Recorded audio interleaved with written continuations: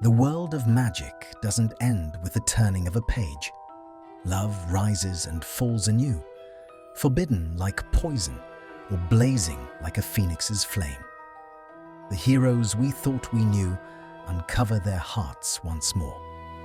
So step into the enchantment of emotion and welcome to a world where love is written anew. The night was quiet in Godric's Hollow, the kind of quiet that feels too deep, the kind that holds its breath before a storm. A thin layer of frost shimmered on the rooftops, silvering the edges of the cottages and tracing patterns on the window panes. Inside one of those homes, a woman with brilliant green eyes sat motionless in a rocking chair, her son sleeping soundly in her arms. Lily Potter barely noticed the creak of the chair beneath her.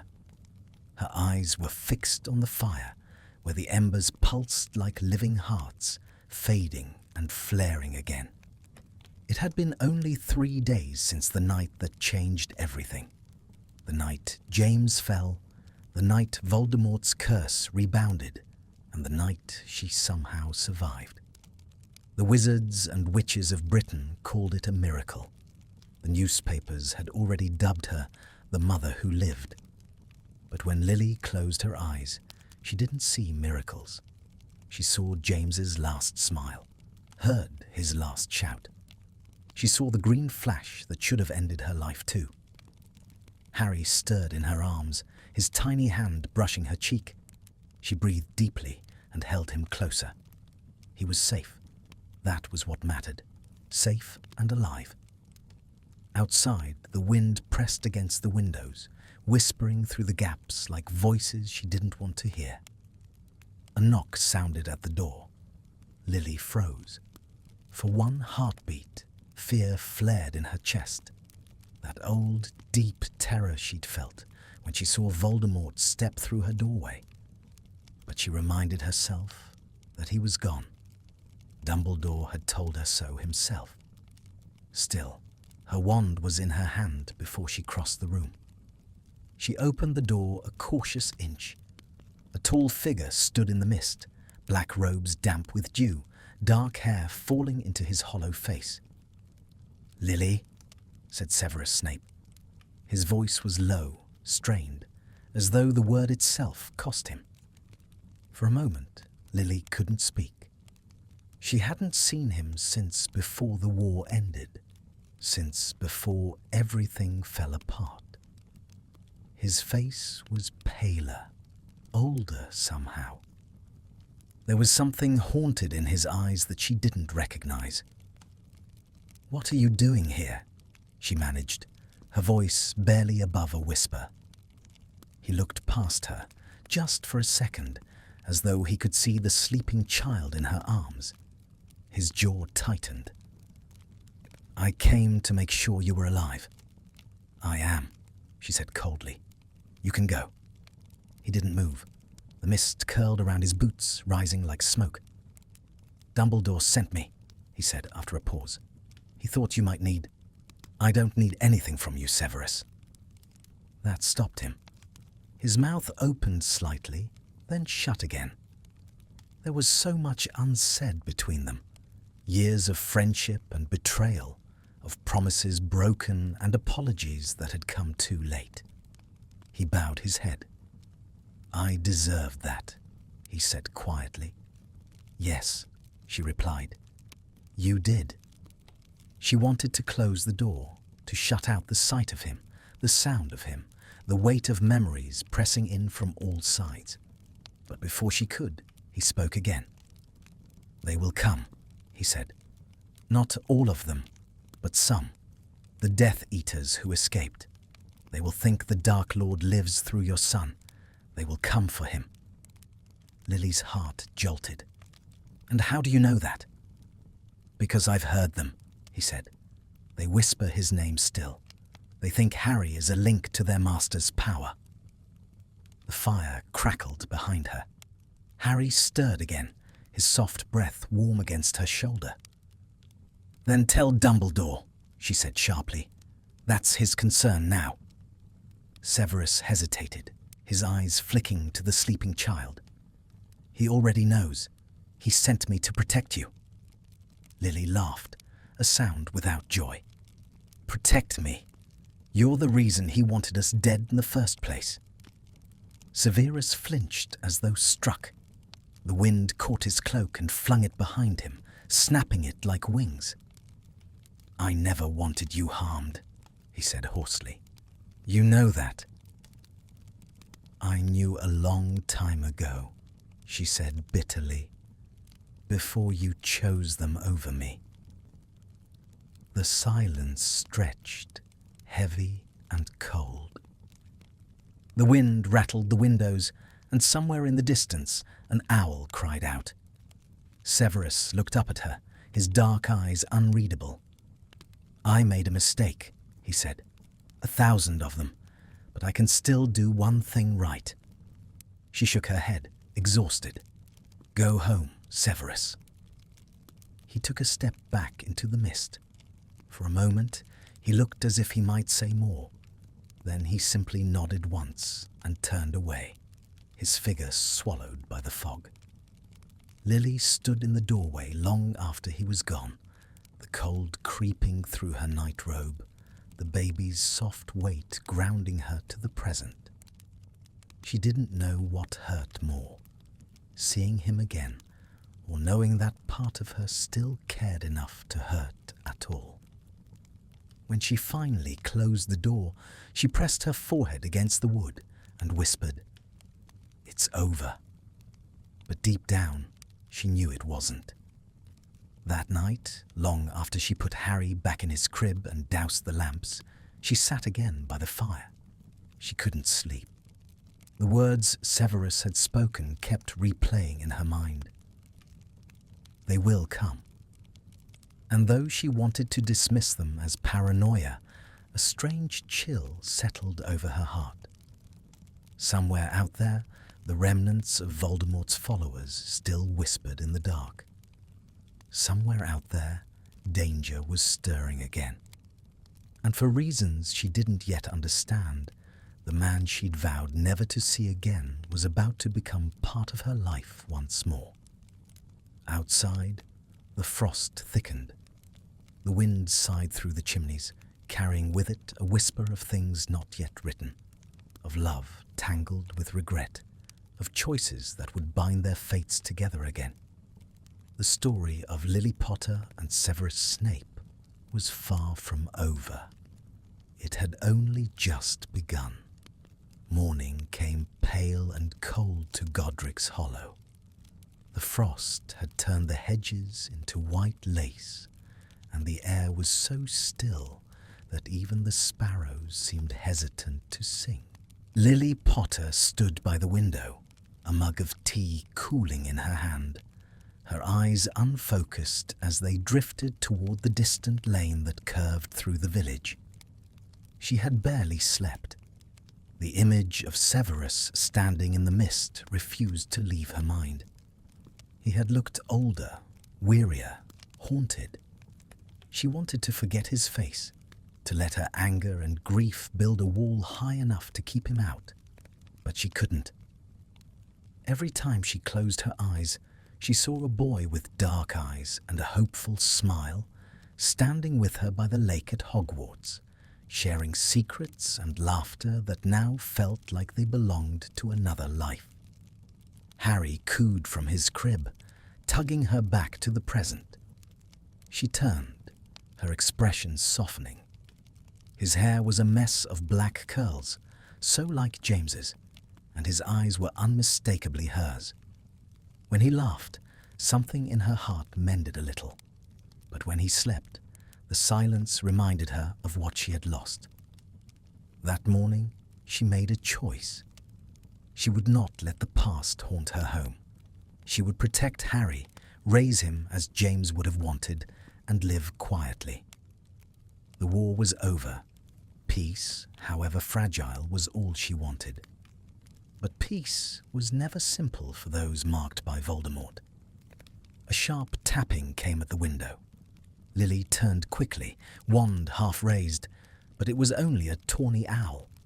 It carried a parchment sealed with Dumbledore's wax crest. Her stomach tightened as she opened it.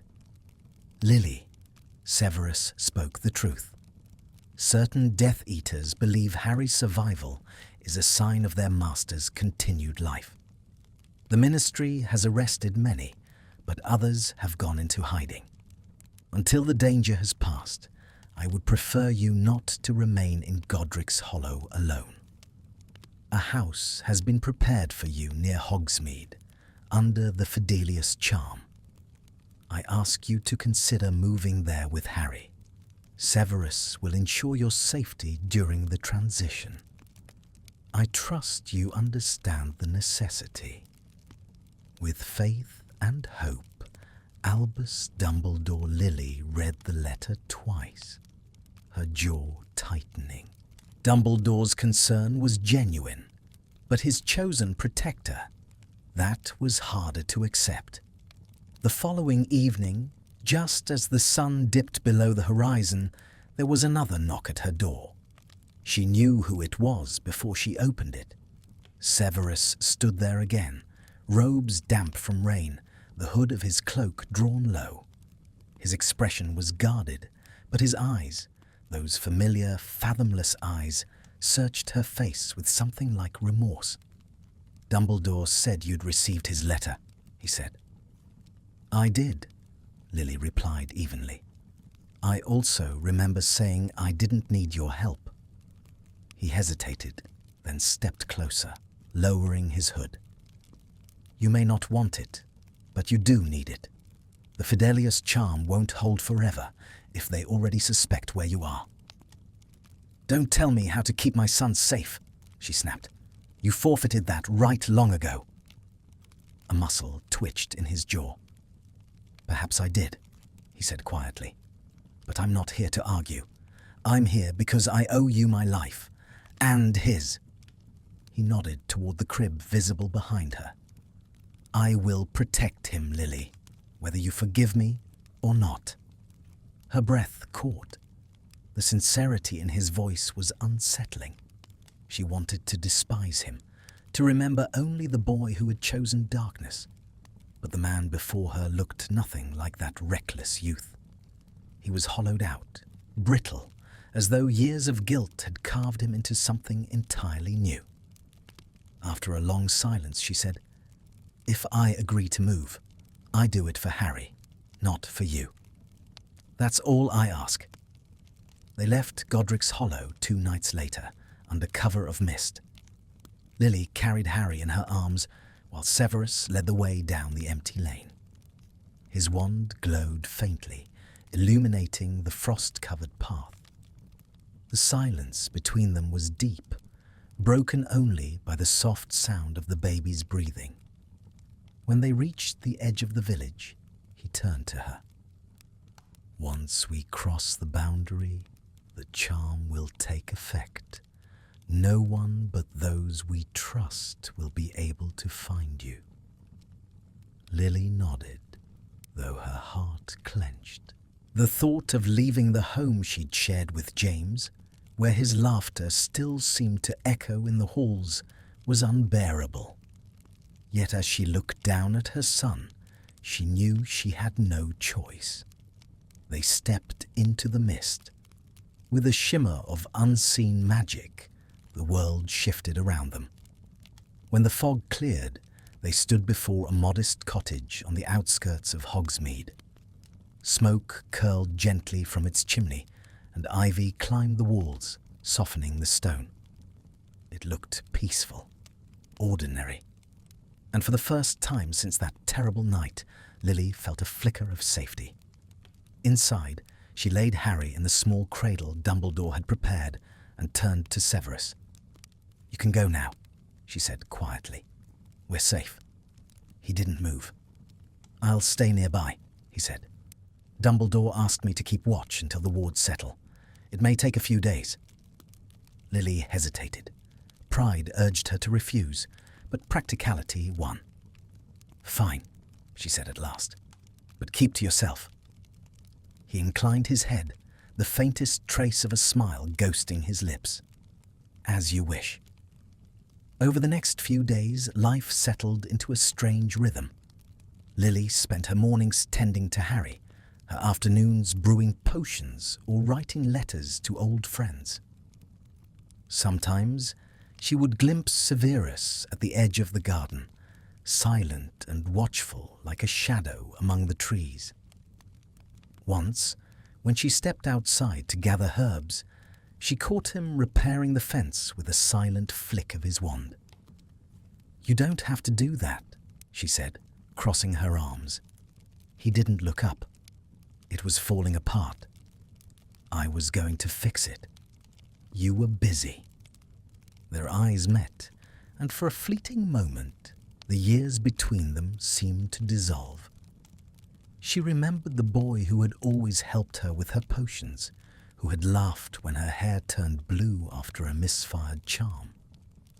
But the memory faded quickly, swallowed by the cold present. "Thank you," she said, surprising herself.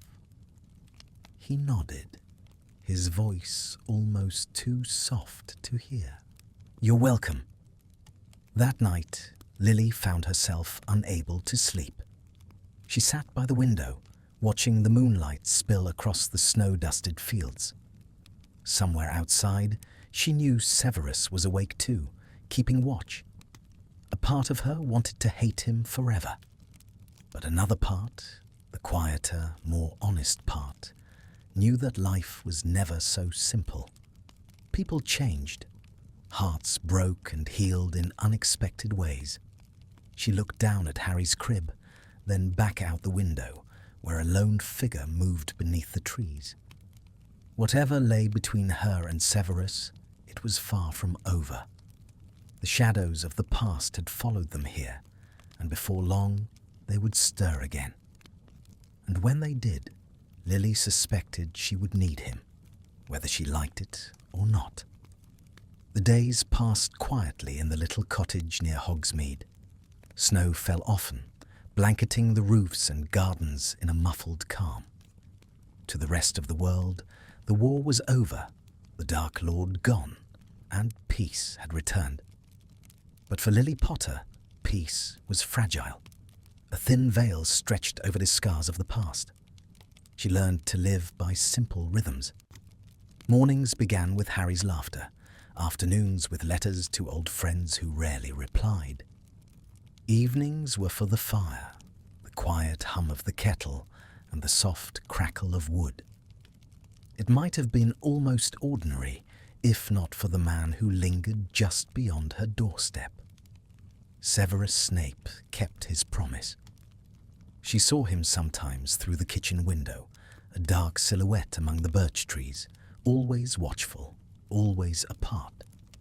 He never entered unless she called him, and she never did. But there was comfort, in a strange way, in knowing he was there. One afternoon, while snow fell in steady flakes outside, Lily sat with a cup of tea and her thoughts.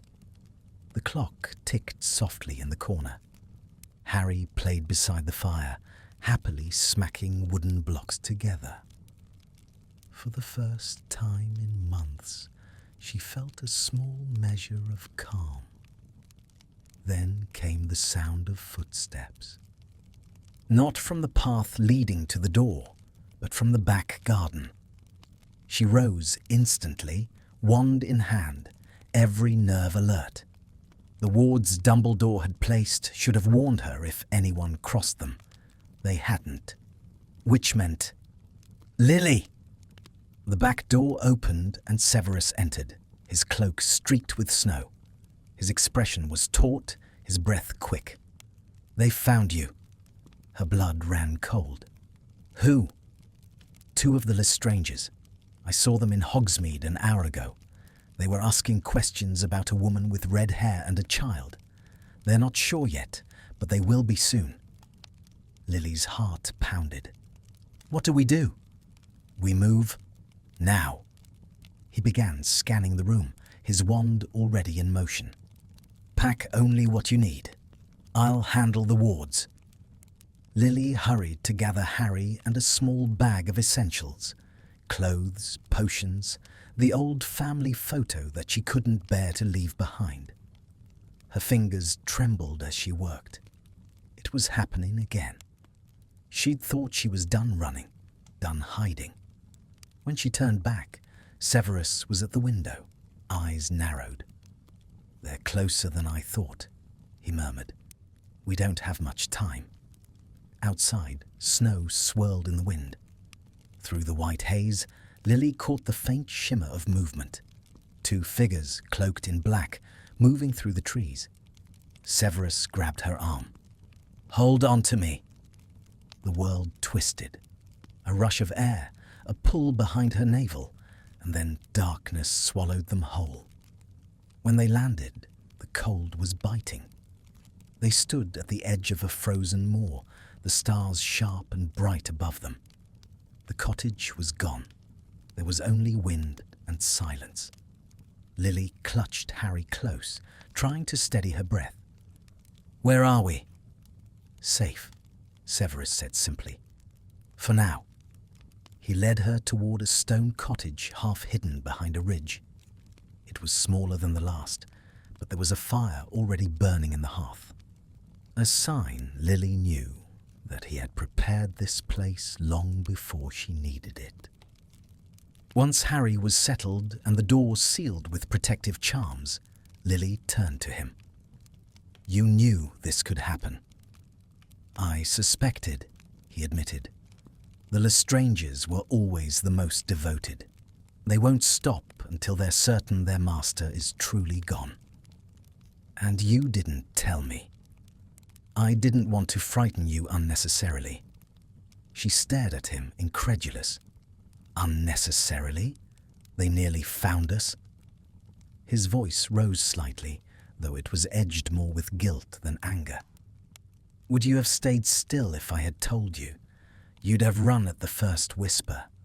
Dumbledore needed the ward's stable to protect Harry.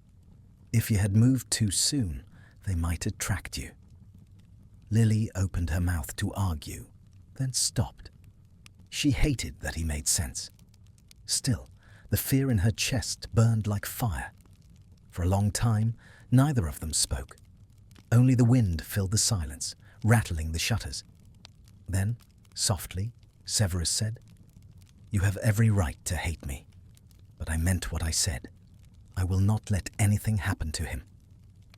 Something in his tone disarmed her. The anger in her eyes faltered. "Why, Severus?" she asked quietly. "Why are you still doing this? You've done enough, more than I deserve, after everything that's passed between us." He met her gaze, his dark eyes unreadable. "Because I can't undo what I've done. I can only keep trying to balance it." She looked away, blinking hard. "That's not redemption," she whispered. "No," he agreed softly. "It isn't, but it's all I have left." The firelight flickered between them, throwing their shadows long across the walls. For the first time since the war, Lily saw not the bitter man who had once chosen darkness, but the boy who had loved her, broken and afraid, still trying to make something right. Days turned into weeks. The Lestranges never found the cottage, though Severus left occasionally to gather information. When he returned, Lily always noticed the way his robes smelled faintly of smoke and night air, as though he had walked through fire to reach them. One evening, while he sat mending a torn sleeve, Harry toddled toward him. Severus froze, awkward and uncertain as the child reached for his wand. Lily, watching from the table, hid a smile. "He likes you," she said. "He doesn't know what I am," Severus murmured. "He knows you're here," she replied softly. "And that's enough." Their eyes met again, and this time the silence between them was warm, not strained. Something fragile was beginning to mend, something neither dared name aloud. But peace, for people like them, was always temporary. Late one night, while the wind howled against the eaves, Severus returned from another errand, his face pale. "They've started gathering again," he said grimly. "Old followers. Some believe the Dark Lord lives on through Harry's scar." Lily's hand went to her throat. "But that's nonsense." "Of course it is," he said. "But belief is dangerous. They don't need truth to act, only faith." She shivered. "Then what happens now?" "We prepare," Severus said. "And this time, we don't run." For a moment, she saw something fierce in him, a spark she hadn't seen since they were young, before the world broke them both. Outside, the wind rose, scattering snow into spirals that glittered like ash in the moonlight. The war, she thought, was not yet over. But this time, she wouldn't face it alone. And as Severus stood by the fire, the light tracing the sharp lines of his face, Lily felt a strange, quiet certainty take root inside her heart. That fate had bound their paths together again for a reason, and that whatever trials came next, their story, one of love, regret, and impossible hope, was far from its end. The days that followed were restless, like the quiet before a storm. The air itself seemed to hum with tension, a subtle warning that something unseen was shifting in the world beyond their small haven. Lily could feel it, the old magic that had once crackled through the air during the war. It was waking again. The cottage on the moor was now their world.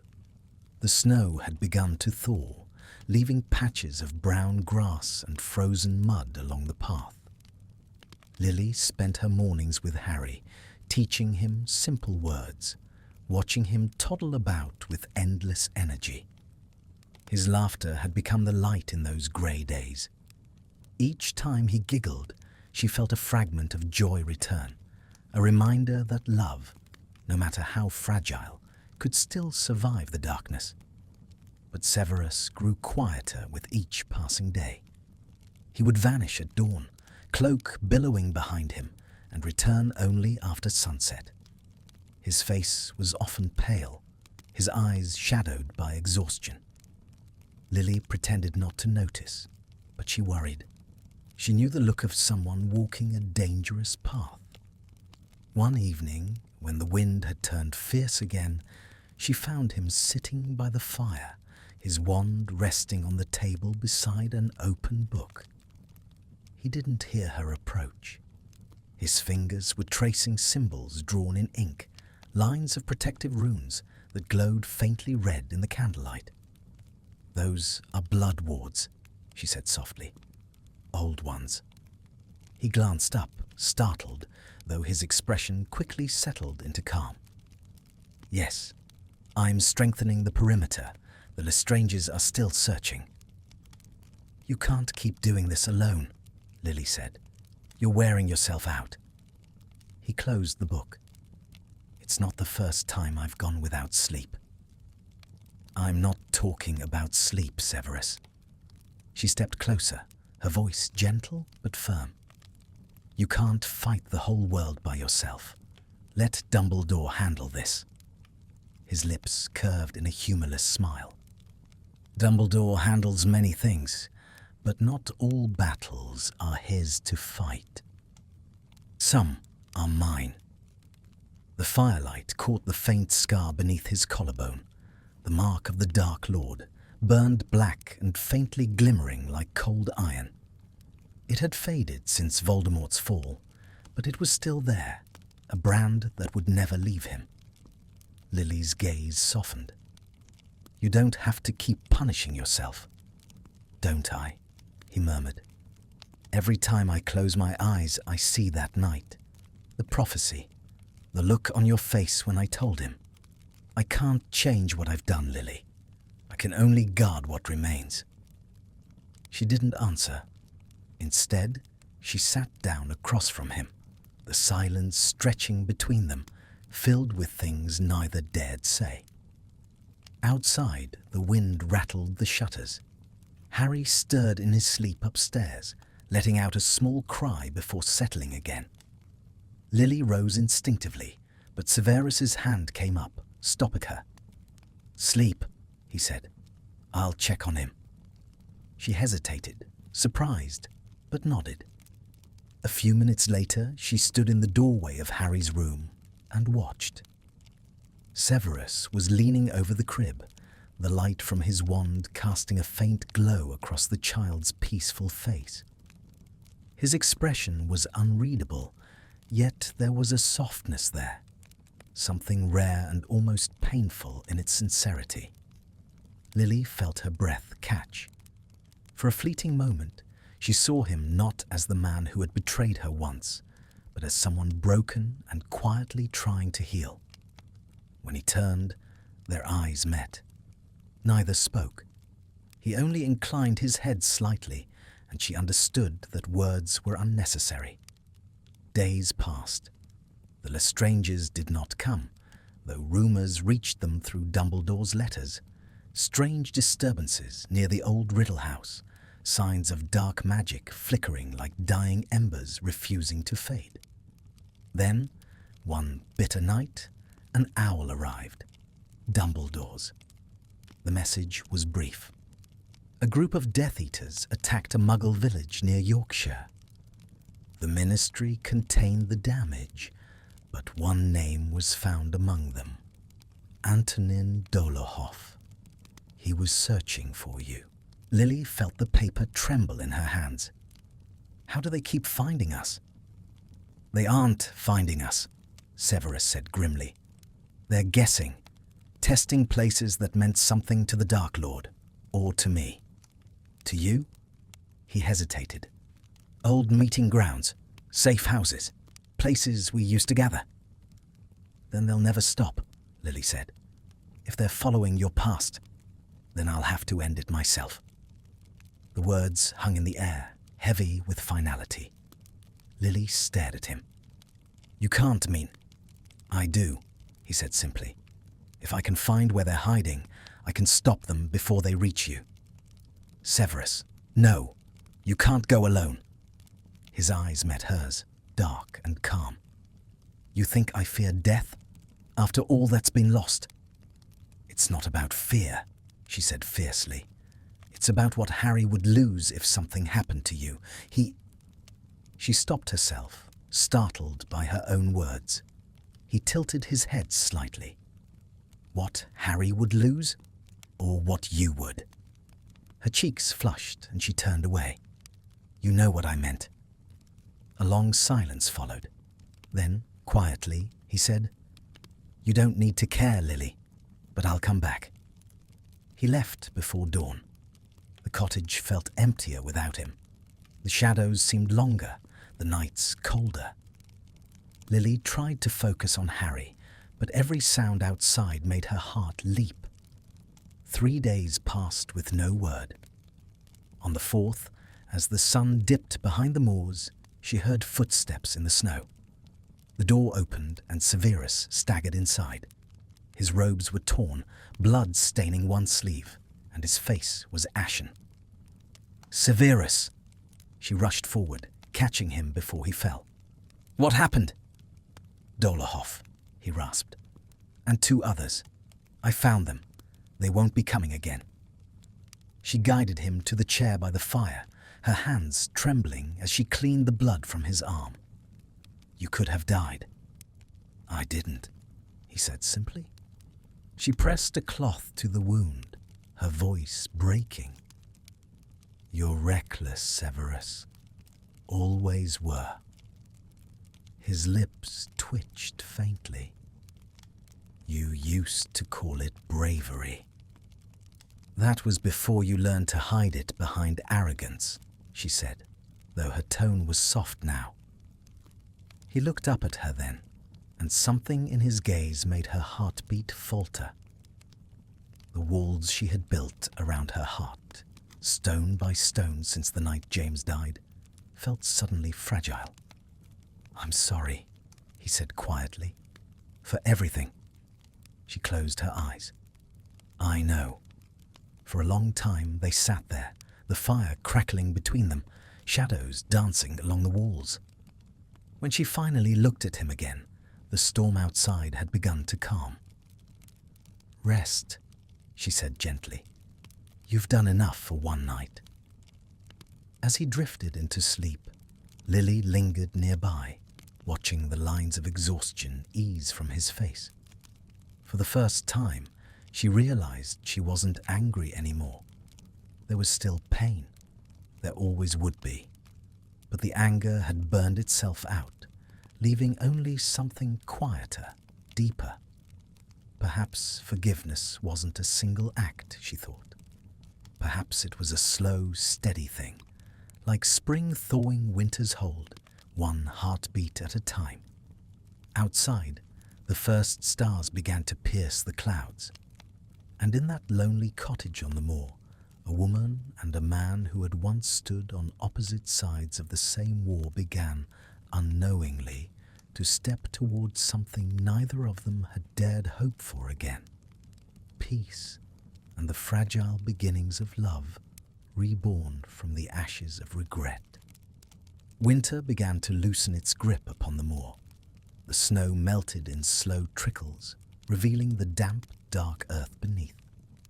The air carried a scent of thawing soil and distant pine, and with it came a fragile sense of renewal. But though the world outside was stirring awake, the quiet life inside the cottage had changed in ways neither Lily nor Severus quite understood. After the night of Dolohov's defeat, things between them shifted. They did not speak of it, of the blood, the danger, or the way she had knelt beside him, trembling, pressing her hands to his wounds, as though her will alone could keep him alive. Words would have cheapened it somehow. Yet, in the days that followed, there was a gentler rhythm to their silence. Lily found herself noticing things she hadn't before. The careful way Severus handled the fragile teacups, the patience with which he showed Harry how to stack his wooden blocks, the quiet humor that flickered in his eyes when the boy's wild magic turned his hair green for an afternoon. Once, she caught him standing by the window long after midnight, watching the stars. His expression was unreadable, but there was a kind of yearning in it, a longing not for power, but for peace. "Do you ever sleep?" she asked softly from the doorway. He didn't turn. "Rarely. You can't live like this forever. I've managed so far. Surviving isn't the same as living, Severus." He glanced over his shoulder, a faint, wistful smile ghosting across his lips. "And yet, it's all that's left for some of us." Lily stepped closer, the floorboards creaking beneath her feet. "You say that as though you've already decided what you deserve." "I did that a long time ago," he said simply. The candlelight flickered between them, catching in his dark eyes. Lily felt the ache of something unspoken settle between them, an invisible thread, taut and trembling.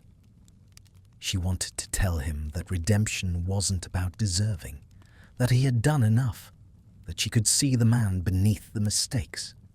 But the words stayed locked inside her.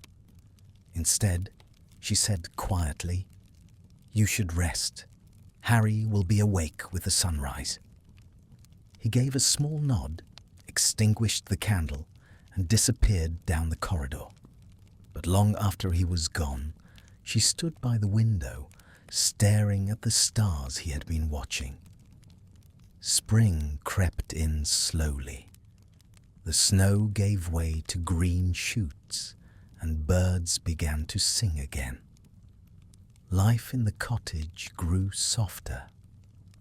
There were moments of almost ordinary joy. Harry chasing enchanted bubbles through the garden, Lily humming old tunes as she brewed potions, Severus repairing the roof with a silent charm and pretending not to mind when Harry splashed mud on his boots. Still, There were nights when Lily woke to the sound of Severus's footsteps outside, pacing like a sentry.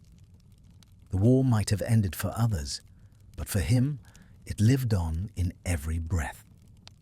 One morning, Dumbledore's owl arrived once more, bearing a letter sealed in deep blue wax. Lily unfolded it, her heart tightening as she read. Lily, the remnants of Voldemort's followers are fewer now. Dolohof's defeat scattered them, and for a time I believe you may know peace. Yet I must caution you, dark magic does not die easily. I have reason to believe someone has been searching for the Dark Lord's wand, an artifact of considerable power. You are safe under the charm, but remain vigilant. I will send word when I know more. Yours in faith, Albus Dumbledore. She passed the letter to Severus. His expression darkened as he read it. The wand, he muttered. If they find it. They can't, Lily said quickly. The Ministry took it after that night. He gave her a look. Do you truly think the Ministry would know how to hold it? No. Someone will find a way. They always do. Her heart sank. What do we do then? He looked at her for a long moment, and for the first time there was something like fear in his eyes. We prepare for the possibility that Voldemort's power isn't as gone as we hoped. The words hung heavy between them. Over the following weeks, Severus began teaching her defensive spells she hadn't practiced in years. They trained in the garden at dusk, the wind tugging at their cloaks, wands flashing in pale light. He moved with precision, his magic sharp and efficient. Hers, though fueled by fierce determination, was softer, guided by instinct and emotion. You're letting your fear lead you, he said one evening, stepping aside as her spell missed its mark. I'm letting my heart lead me, she shot back. It's the only way I've ever fought. He lowered his wand, eyes narrowing slightly. That's what makes you dangerous, he murmured, almost to himself. Their training became a ritual. Sometimes Harry watched from the window, clapping when sparks flew into the air. Other times he fell asleep to the rhythm of spells whispering across the field, like echoes of a war he would never remember. It was on one of those quiet evenings that everything changed. Lily had gone into the village for supplies, her first outing in months. She wore a hooded cloak, her hair hidden, her wand always within reach. The cobbled streets of Hogsmeade were lively again, laughter spilling from the shops, the war slowly fading into memory. For a moment, she allowed herself to believe in peace. Then she saw him, a man in a dark cloak, standing too still at the corner near Honeyduke's, his eyes fixed on her. His face was half-shadowed, but she recognized the insignia etched into the silver clasp of his cloak, a serpent coiled around a skull, a Death Eater. Her pulse quickened.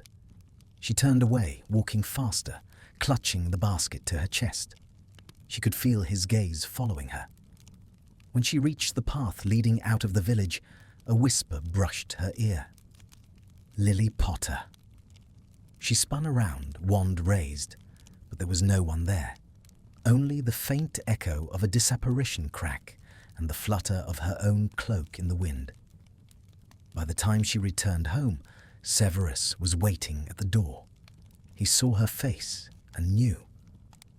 What happened? Someone followed me, she said, breathless. I couldn't see his face, but he knew my name. Severus's expression hardened. Then they've found the village.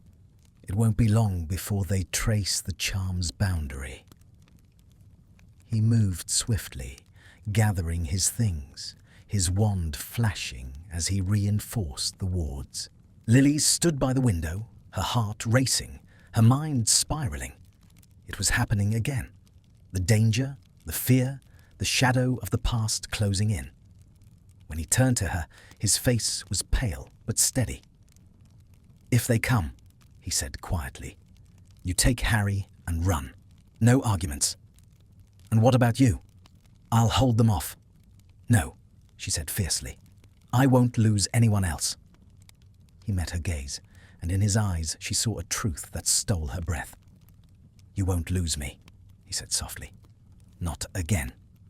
Outside, thunder rolled across the moor, distant yet growing closer. The air was thick with storm and something darker, a pulse of old, familiar magic rising from the ground like a warning.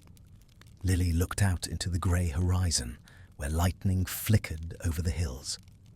Somewhere out there, the remnants of Voldemort's followers were stirring again, drawn by forces older than loyalty.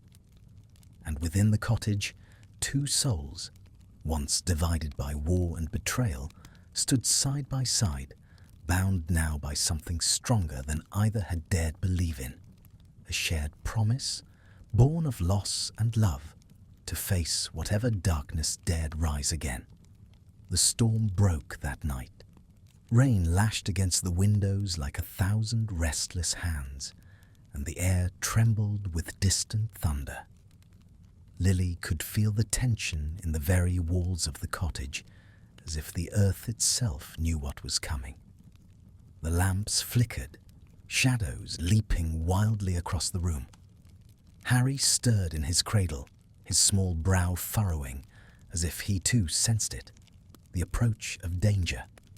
Severus stood by the door, wand in hand, his cloak already soaked from his brief patrol outside. He looked like some dark sentinel, carved from shadow and storm. "They're moving," he said quietly. 3, maybe 4. They've found the perimeter of the Fidelius charm. Lily's breath caught. "How?" "I don't know," he admitted grimly. "But they have. We may have only minutes before they breach it." She went to the cradle, gathering Harry in her arms. The boy was awake now, eyes wide and uncertain, clutching at her hair. The feel of his warmth against her chest steadied her trembling hands. Severus's voice came low, urgent. "If the wards fall, take him and go through the cellar. There's a passage that leads to the woods beyond the moor. It will keep you hidden." "And you?" she asked, though she already knew.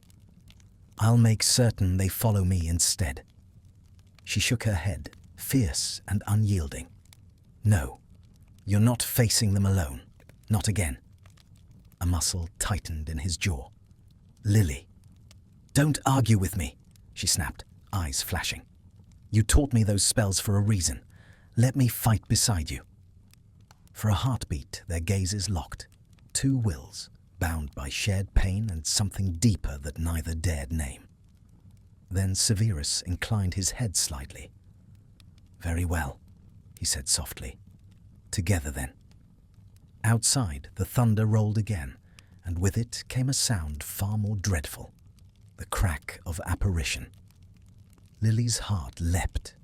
She could feel the magic rippling through the air, wild and heavy. Shadows moved beyond the windows, figures cloaked in black, wands drawn. The remnants of Voldemort's followers had come. Severus strode to the door and raised his wand. The air shimmered as he muttered a series of words under his breath, old, dark words that Lily barely recognized. The wards glowed faintly red before dimming again. "They're forcing the barrier," he said. "Hold tight." The first blow came like lightning, a flash of green against the darkness. The walls shuddered under the impact. Dust fell from the rafters. Lily pressed Harry close, whispering a protective charm under her breath. Her wand hand was steady now. Fear had burned away, replaced by a fierce, calm determination. She would not lose her child. Not again. The door burst inward with a deafening crack. Smoke and sparks filled the air. Through the haze stepped 3 cloaked figures, their faces hidden behind masks of silver and bone. One of them laughed, a harsh, cruel sound. "The mudblood lives," he sneered. "And the boy as well. The Dark Lord will be pleased." Severus stepped forward, his voice a low hiss. "You'll find no Dark Lord here, only your graves." The Death Eater raised his wand, but Severus was faster. His curse struck first, a silent spell of his own invention. The man dropped without a sound, his mask clattering across the floor. Chaos erupted. Green and red light filled the room, the crack of spells echoing off the walls. Lily moved as Severus had taught her, swift, precise, her magic fueled not by hatred, but by love and necessity. A shield charm flared bright as emerald as she deflected a curse aimed for Harry. "Behind me!" Severus shouted, but she didn't move behind him. She cast again, her voice strong, her heart hammering. "Stupefy!" The spell hit its mark. Another Death Eater crumpled, his wand flying from his hand. For a moment, there was only the sound of rain and their ragged breathing. But the third figure still stood, tall and unmoving.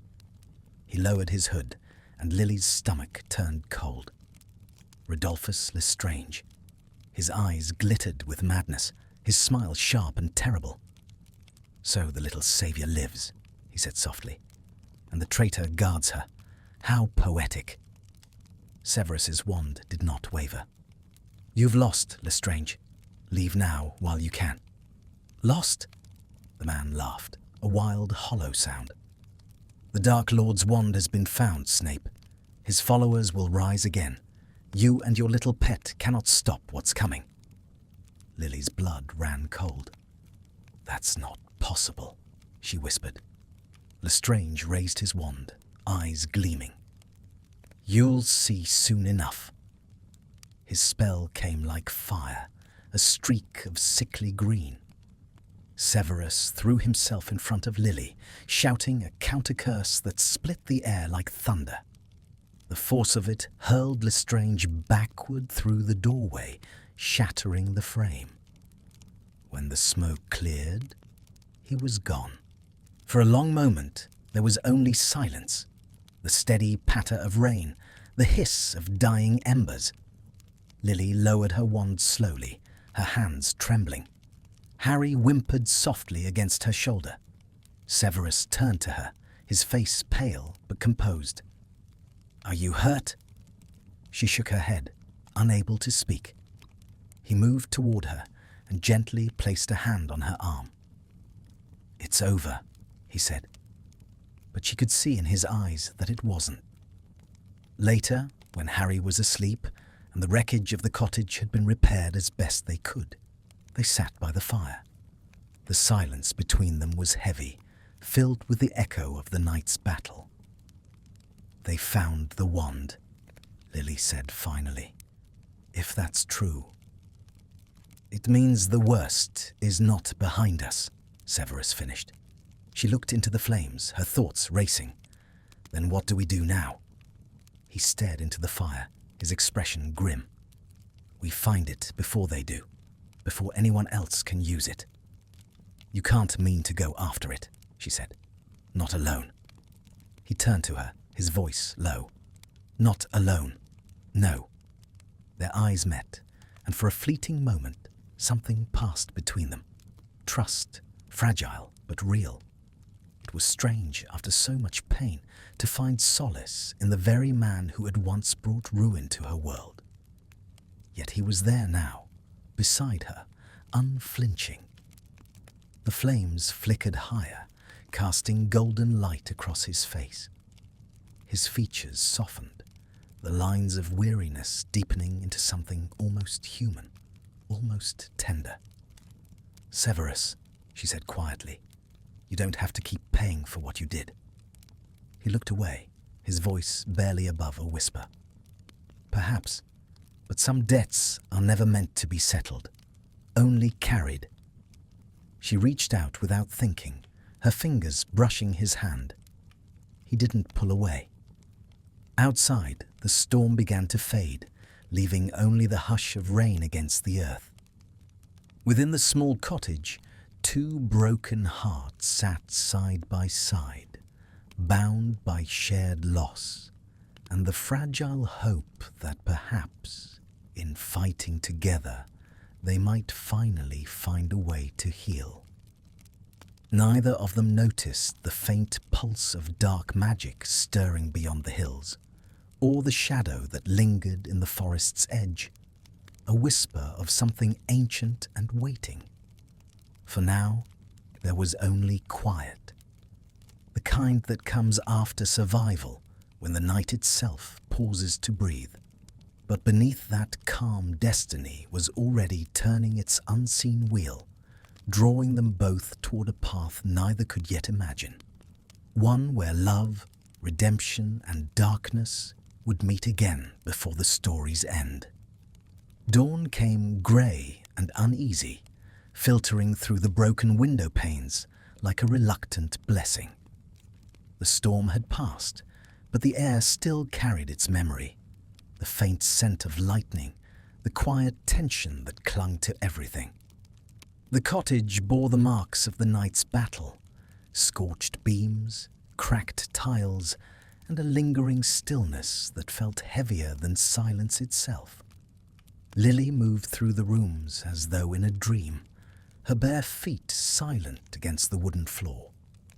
Harry slept peacefully in his cradle, unaware of the danger that had brushed so close to his world. She envied that innocence, that unknowing trust. Severus was already awake. She found him outside, standing by the low stone wall that bordered the moor. His black cloak stirred faintly in the wind. In the early light, he looked less like a man and more like a shadow that had forgotten where it belonged. He did not turn when she approached. "The wards are holding," he said quietly, "but they won't last, not after last night." She joined him at the wall, folding her arms against the cold. "Do you think Lestrange was telling the truth? About the wand?" "Yes." His tone was flat, certain. It was only a matter of time.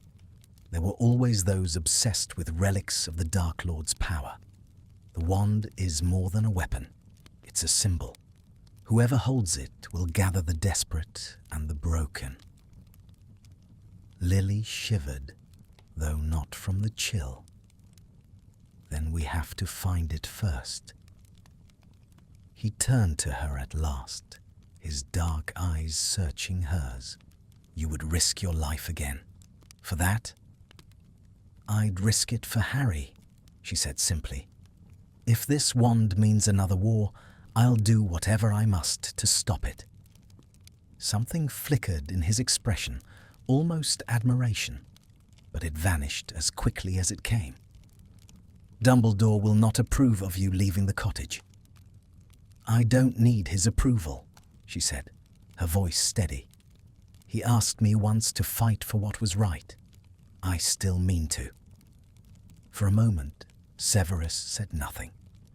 Then he sighed, a sound halfway between resignation and reluctant respect. "You always were impossible." "Thank you," she replied with a faint smile. By afternoon, they had a plan.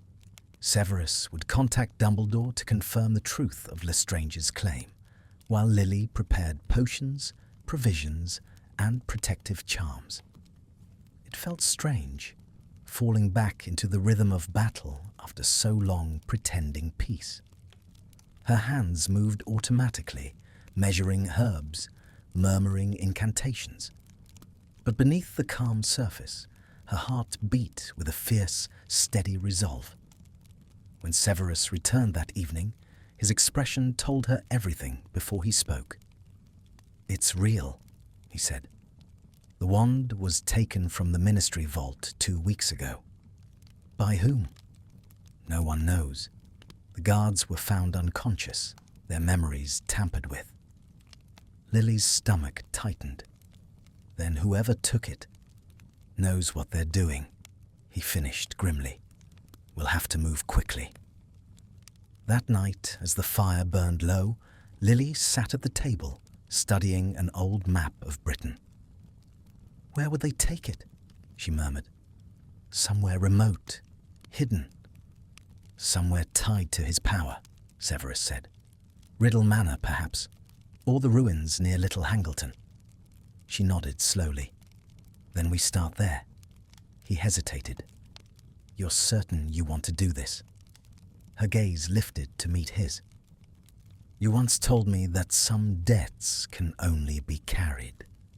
Maybe this is mine, to see it finished once and for all.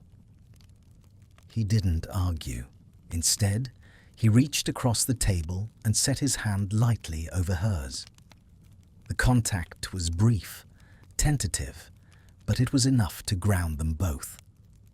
They left the cottage before dawn, cloaked in invisibility charms and silence. Harry stayed behind, under the care of a trusted charm Dumbledore had woven into the house itself, a spell that would keep him hidden from all who meant harm. Lily had kissed his forehead before she left, whispering a promise she prayed she could keep. The journey to Little Hangleton was long and cold. The moors gave way to twisting forest paths and old stone roads that gleamed faintly under the pale moon. Neither spoke much, but the silence between them had changed. It was no longer awkward or heavy, but companionable, like the quiet of two people who had already said everything that mattered. When they reached the ruins of the Riddle Manor, the sky had turned an ominous shade of violet. The house loomed ahead, its roof half collapsed, its windows black hollows staring out into the night. Even after all these years, the place pulsed with a faint echo of dark magic. Lily drew her wand. He lived here, she whispered. You can feel it. His presence lingers, Severus said softly. Some curses never die. Stay close. They entered through the broken gate, stepping carefully over the cracked stones. The air inside was heavy, thick with dust and old sorcery. Spiderwebs hung like veils across the doorways. As they moved deeper into the ruins, a faint light flickered at the far end of the hall, pale and sickly green. Lily tensed. Someone's here. They followed the light into what had once been a grand drawing room.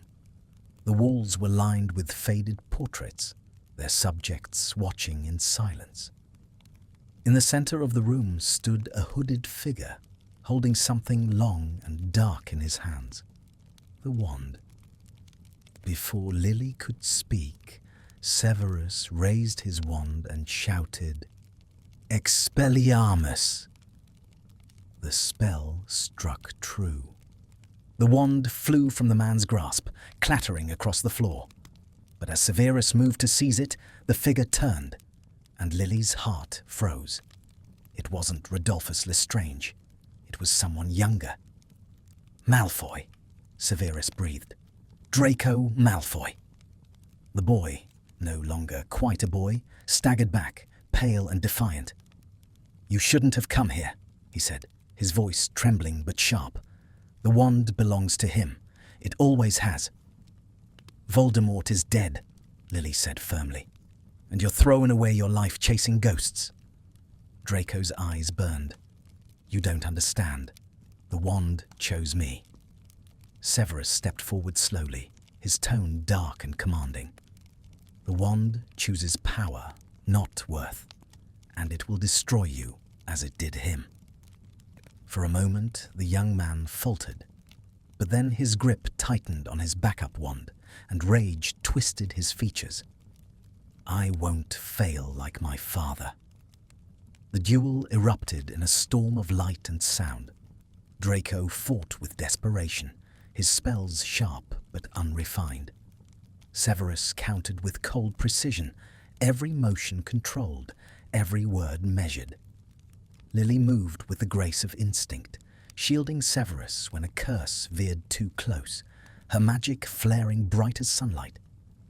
Finally, with a cry that shook the air, Draco's wand flew from his hand. He fell to his knees, chest heaving, eyes wide with fear and fury. Severus lowered his wand slowly. "Go," he said. "Leave this place. Take what life you have left and make something of it." Draco stared at him, disbelief flickering in his eyes. "You'd let me go?" "I already know what it is to be haunted," Severus said quietly. "I wouldn't wish it on you." The young man hesitated, then disapparated with a sharp crack.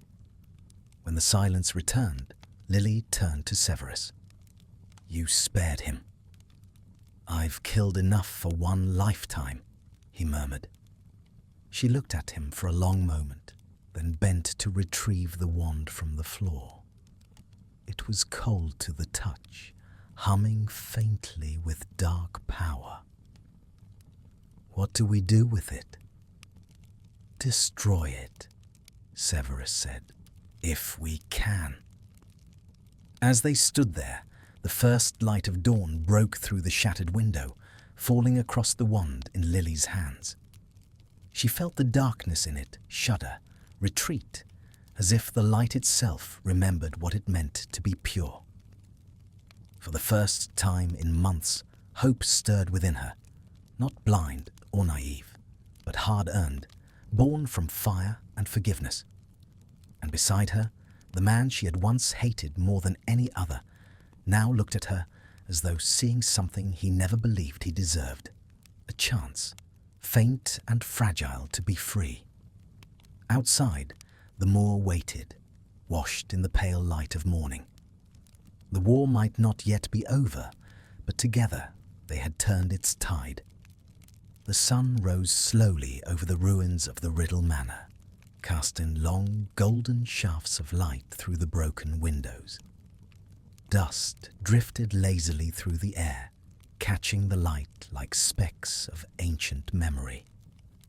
Lily stood at the center of the shattered hall, her fingers still curled around the wand that had once belonged to the darkest wizard of their time. The Elder Wand, though she did not call it by that name, was heavier than any wand she had ever held. It thrummed faintly in her grasp, a heartbeat of power that felt both seductive and repulsive. She could feel it testing her, searching her soul, whispering promises that shimmered at the edge of hearing. Severus watched her in silence. He could sense its pull too, though he had spent his life resisting such temptations. "Put it away," he said quietly. "It's not safe to hold for long." Lily hesitated, then wrapped the wand carefully in her cloak and placed it inside her satchel. "It feels alive," she whispered, "like it's watching." "It is," Severus replied grimly. "That wand has known centuries of blood. It remembers its masters, and it hungers for power as they did." She shivered, drawing her cloak tighter. "Then we must destroy it before it finds another." He nodded, though his gaze remained distant, thoughtful. "That will not be easy. Wands like this, old magic, they resist destruction. They're made with intention, bound by something deeper than spellcraft." "Then we'll find a way," she said firmly. "There has to be one." Severus turned to look at her fully then, and for a brief moment, something softened in his expression. "You've not changed," he said quietly. "You still believe every darkness can be undone." Lily met his eyes without flinching. "And you still believe it can't. That's why we make a good pair, don't we?" His mouth twitched in what might have been the ghost of a smile, but he said nothing. They left the ruins as dawn burned away the last of the night. The path that led down the hill was slick with dew, the fields beyond stretching out in mist and silence. Behind them, the Riddle Manor stood like a scar on the landscape, a monument to the arrogance of power and the price it demanded. As they reached the edge of the forest, a sharp cry pierced the stillness. Lily turned, wand drawn, but it was only an owl, Dumbledore's. It swooped low, dropping a sealed letter before vanishing into the mist. She broke the seal, scanning the message quickly. Her brow furrowed. "What does it say?" Severus asked. "Dumbledore wants to see us, immediately." "Then he knows about the wand." "Yes, and he wants us to bring it to him." Severus's eyes darkened. "That's a risk." "He wouldn't ask if it weren't necessary," Lily said. "He must have a plan." They apparated to Hogwarts by evening. The castle rose from the valley like something carved from memory, its towers proud, its windows gleaming with candlelight. For Lily, the sight stirred a pang of nostalgia so sharp it almost hurt. She hadn't walked these halls since the war began, since before everything had changed. They crossed the grounds in silence, the lake glimmering faintly under the fading sun. As they entered the familiar stone corridors, the scent of wax and parchment enveloped her. The whispers of portraits followed their steps, curious, cautious, remembering. Dumbledore awaited them in his office. The room was, as she remembered, warm, cluttered, alive with strange silver instruments that whirred and clicked softly. Fawkes, the phoenix, perched near the window, his feathers glowing faintly in the candlelight. "Lily, Severus." Dumbledore's voice carried the calm weight of authority. "You have done well." Lily placed the wrapped wand on his desk. "We found it. Lestrange was right. It's real." Dumbledore's blue eyes flicked to Severus, unreadable as ever. "And the boy?" "Draco Malfoy," Severus said. "He had it. I disarmed him and let him go." A small, approving nod. "Mercy is rarer than power. I'm glad you remembered which matters more." Lily looked from one man to the other. "Can you destroy it?" she asked, "before someone else tries to claim it?" Dumbledore's expression grew grave. "The Elder Wand cannot truly be destroyed. It has survived centuries of conflict, crossing hands in death and deceit. Its magic is woven into the foundation of wizardkind itself." Lily's heart sank. "Then what do we do?" "Hide it," Dumbledore said simply, "somewhere beyond the reach of ambition or greed." "And who decides where that is?" Severus asked quietly. "I do not presume to choose alone," Dumbledore replied, his gaze shifting to Lily. "It came into your possession by fate, Lily. Perhaps fate means for you to choose its resting place." She stared at the wand, feeling its faint hum even through the layers of cloth. "If I hide it, will it stay hidden?" "For a time," Dumbledore said, "and perhaps time is all we can buy." There was a moment of silence. Then Lily nodded slowly. "Then I'll take it, somewhere far from this war." Severus stepped forward. "You won't go alone." She looked at him, seeing in his eyes the same unspoken truth she carried, that their fates were bound now by the choices that had led them both to this moment.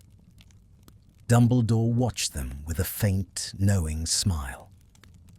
"Then go," he said softly, "and may the light guide you both." They left the castle before midnight, walking together along the edge of the lake. The moonlight shimmered on the water, and for the first time in years, the air around Hogwarts felt almost peaceful. "Where will you take it?" Severus asked. "Somewhere untouched," she said. "A place where even magic forgets to look." He was silent for a while, then said quietly, "You've always believed in hiding hope, even when the world burns." She smiled faintly. "And you've always believed in guarding it, even when you think it's lost."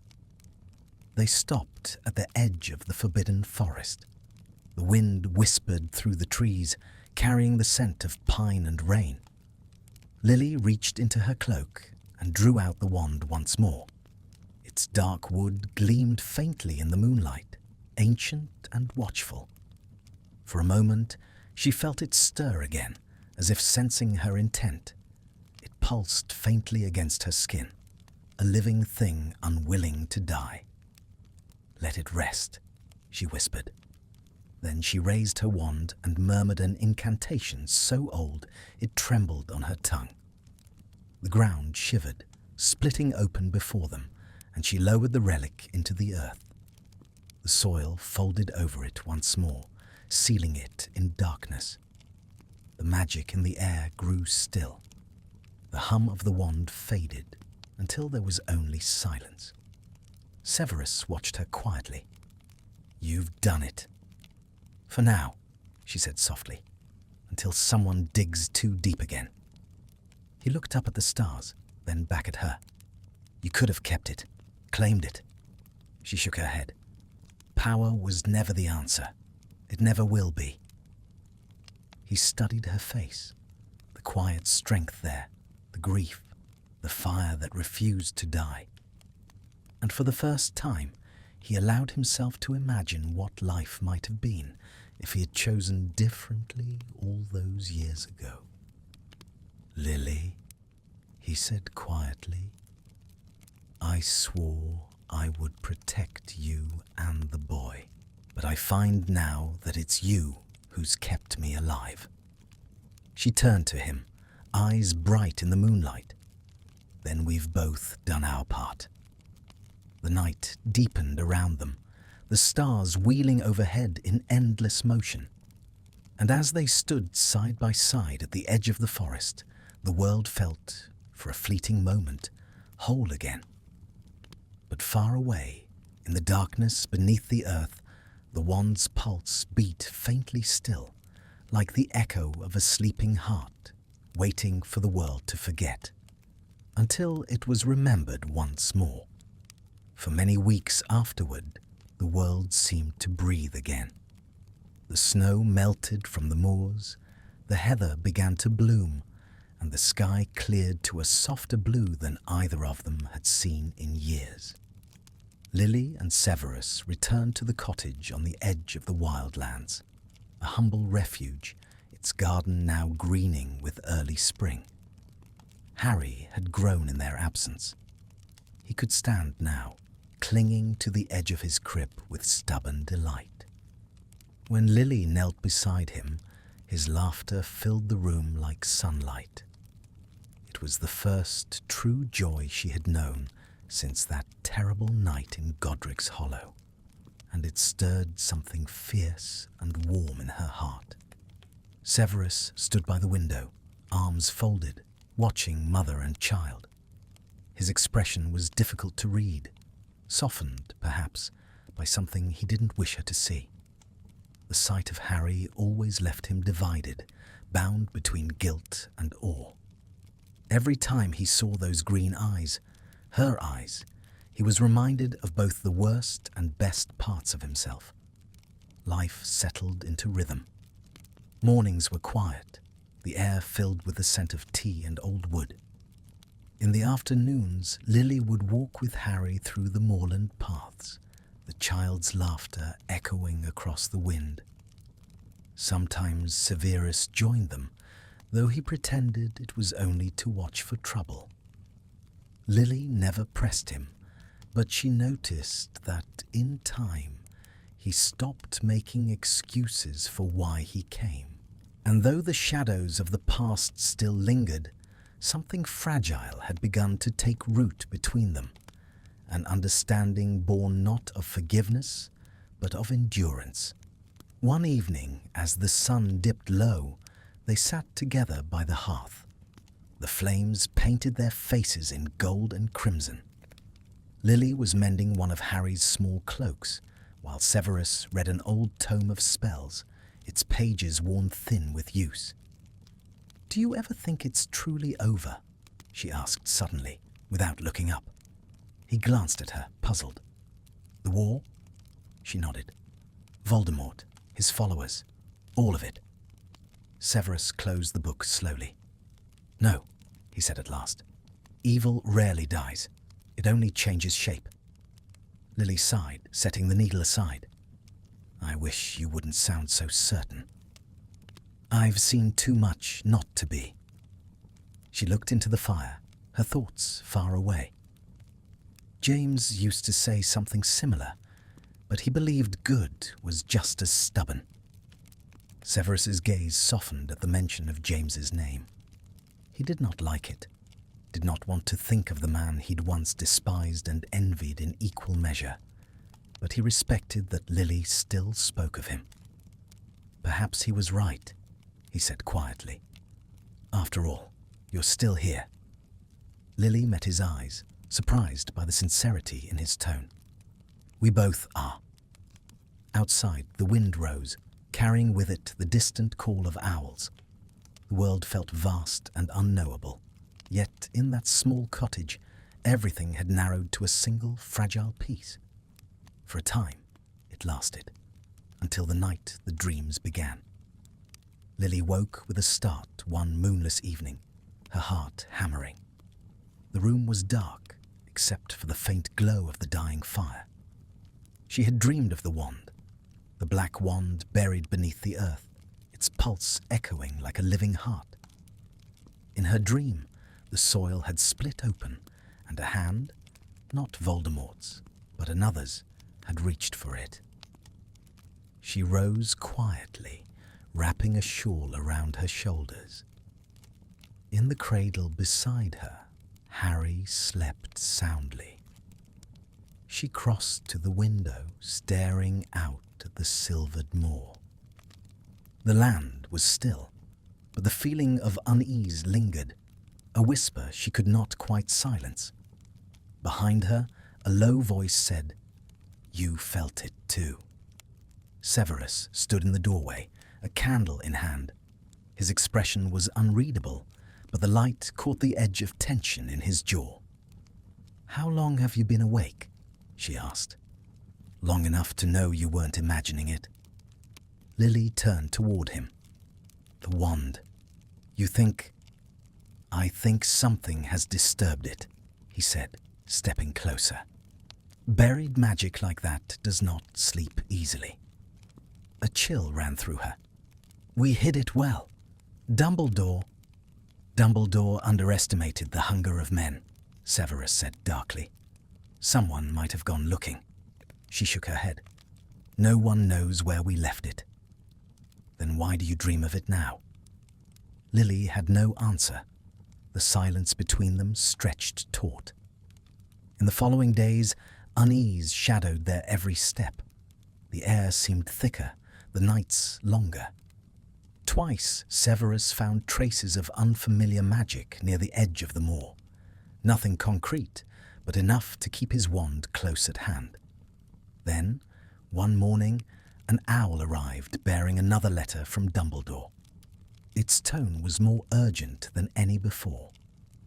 "Lily, Severus, the wand is no longer safe. The ground where you buried it bears traces of recent disturbance. Whoever sought it may already have claimed it. I fear the rise of another who would wield it. There are whispers in the north, strange lights, disappearances, dark creatures gathering where none have dared in years. I ask you both to come to Hogwarts at once. A.D." Lily felt the blood drain from her face. "So, it's happening again." Severus's eyes flicked over the parchment. It never really stopped. They packed quickly. Within the hour, the cottage that had become their sanctuary was empty again. The fire died on the hearth, leaving only a faint curl of smoke. When they reached Hogwarts by evening, the castle stood under gathering storm clouds. The great hall was silent, the corridors dim. They found Dumbledore waiting in his office, his face pale with worry. "I had hoped," he said gravely, "that we had bought the world a little more time, but power always finds its way back into the hands of those who crave it." "Who?" Lily asked. "Who has it now?" Dumbledore hesitated. "We are not certain, but the traces of magic suggest someone young, reckless." Severus's eyes narrowed. "A survivor of the old order?" "Perhaps," Dumbledore said. "Or perhaps someone new. Darkness has a way of seducing even those who once stood in the light." The firelight flickered, throwing long shadows across the room. Lily felt the weight of dread settle over her again, as if the years of peace had been only borrowed time. "What would you have us do?" she asked. Dumbledore looked at her, his eyes kind but weary. "Find them before they understand what they hold. The wand's power is still bound by allegiance, if they learn to master it." He didn't finish. He didn't need to. Lily nodded, her resolve hardening. "Then we'll find them." When they stepped out into the night once more, the air was heavy with the promise of storm. Lightning flashed on the horizon, illuminating the distant hills. Severus pulled his cloak tight, glancing sideways at her. "You realize we may be walking into another war." She met his gaze steadily. "If it keeps Harry safe, then so be it." He gave a low hum of agreement. "You always did have a gift for trouble." "And you always did follow me into it," she replied, a faint smile tugging at her lips. The wind rose, carrying the scent of rain and faraway thunder. Together, they crossed the gates of Hogwarts and vanished into the night. The world beyond awaited, changed yet hauntingly familiar, and with it, the echo of a power that refused to stay buried. Neither spoke of what they feared most, that this time the darkness rising would not belong to Voldemort at all, but to someone entirely new, shaped by the ruin he had left behind. The wind carried the chill of the Highlands as Lily and Severus rode north beneath a sky of iron grey. Spring had fled the air, replaced by the sharp breath of coming storm. They travelled in silence for long hours, the moors stretching endlessly around them, their cloaks snapping in the wind. Each mile they covered seemed to pull them deeper into something old, something waiting. By Dumbledore's reckoning, the trail of the stolen wand led toward the Scottish wilderness, toward a region untouched by wizard or muggle for centuries. There, among the crags and ancient standing stones, dark energies stirred once more.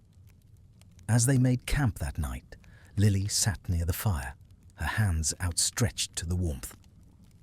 Harry was safe at Hogwarts, left in trusted care, and yet her heart ached for him. The wind whistled through the rocks, and sparks danced upward, fading into the night sky.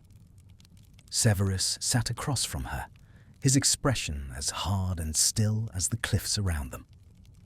"You should rest," he said, though his own eyes were ringed with exhaustion. She gave a small, weary smile. "You always say that, and you never do." "I'm used to sleepless nights." Lily studied him for a moment. "Do you ever wish for peace, Severus? True peace. Not the kind you guard like a secret, but the kind that lets you breathe." He stared into the fire. "Peace is a luxury for those who have not caused pain." Her voice softened. "You think you're the only one who has." He looked up, his dark eyes meeting hers. "I think you've spent your life forgiving others. I don't deserve to be among them." "Forgiveness isn't about deserving," she said quietly. "It's about choosing not to live chained to the past." He gave a faint, bitter smile. "You make it sound easy." "It isn't," she admitted, but it's possible. They fell into silence again. The flames flickered low, painting the rocks in restless light. Far above, the stars glimmered faintly through veils of drifting cloud. When dawn broke, they resumed their journey.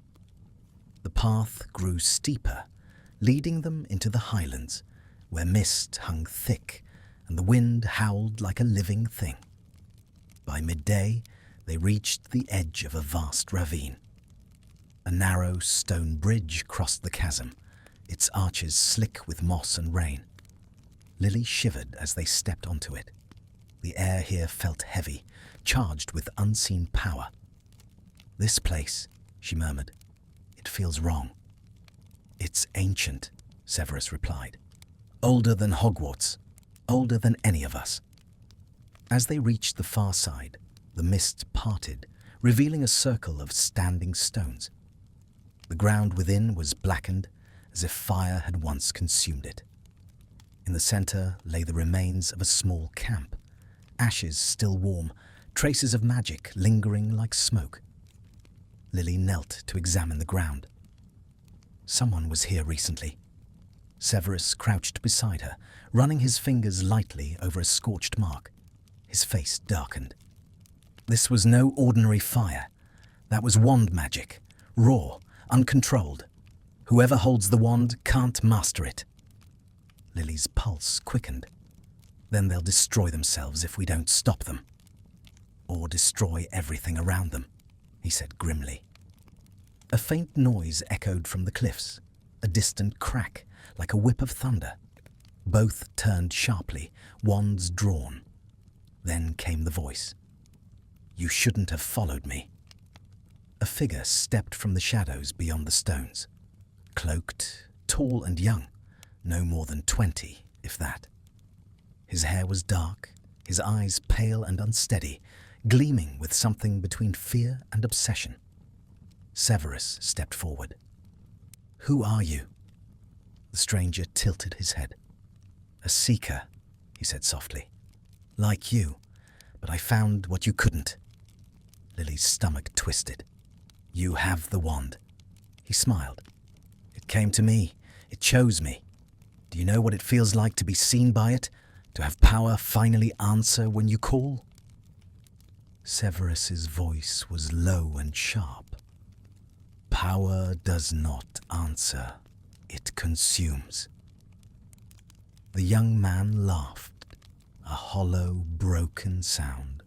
"That's what they told me at Hogwarts. But you, Professor, you should understand better than anyone. You were always the one who believed in the darker magic." Lily's heart sank. "A student?" "Once," the boy said. "But Dumbledore cast me out when he learned what I studied. He feared me, just as he feared you." His gaze flicked to Severus. "I followed your notes, you know. I found your spells in the old archives." Severus went still, a muscle tightening in his jaw. "Then you know what they cost." "I know they worked." Lightning flashed above them, and the wind howled through the stones. The young man raised his hand, and the wand gleamed black in the stormlight. Lily's voice was steady.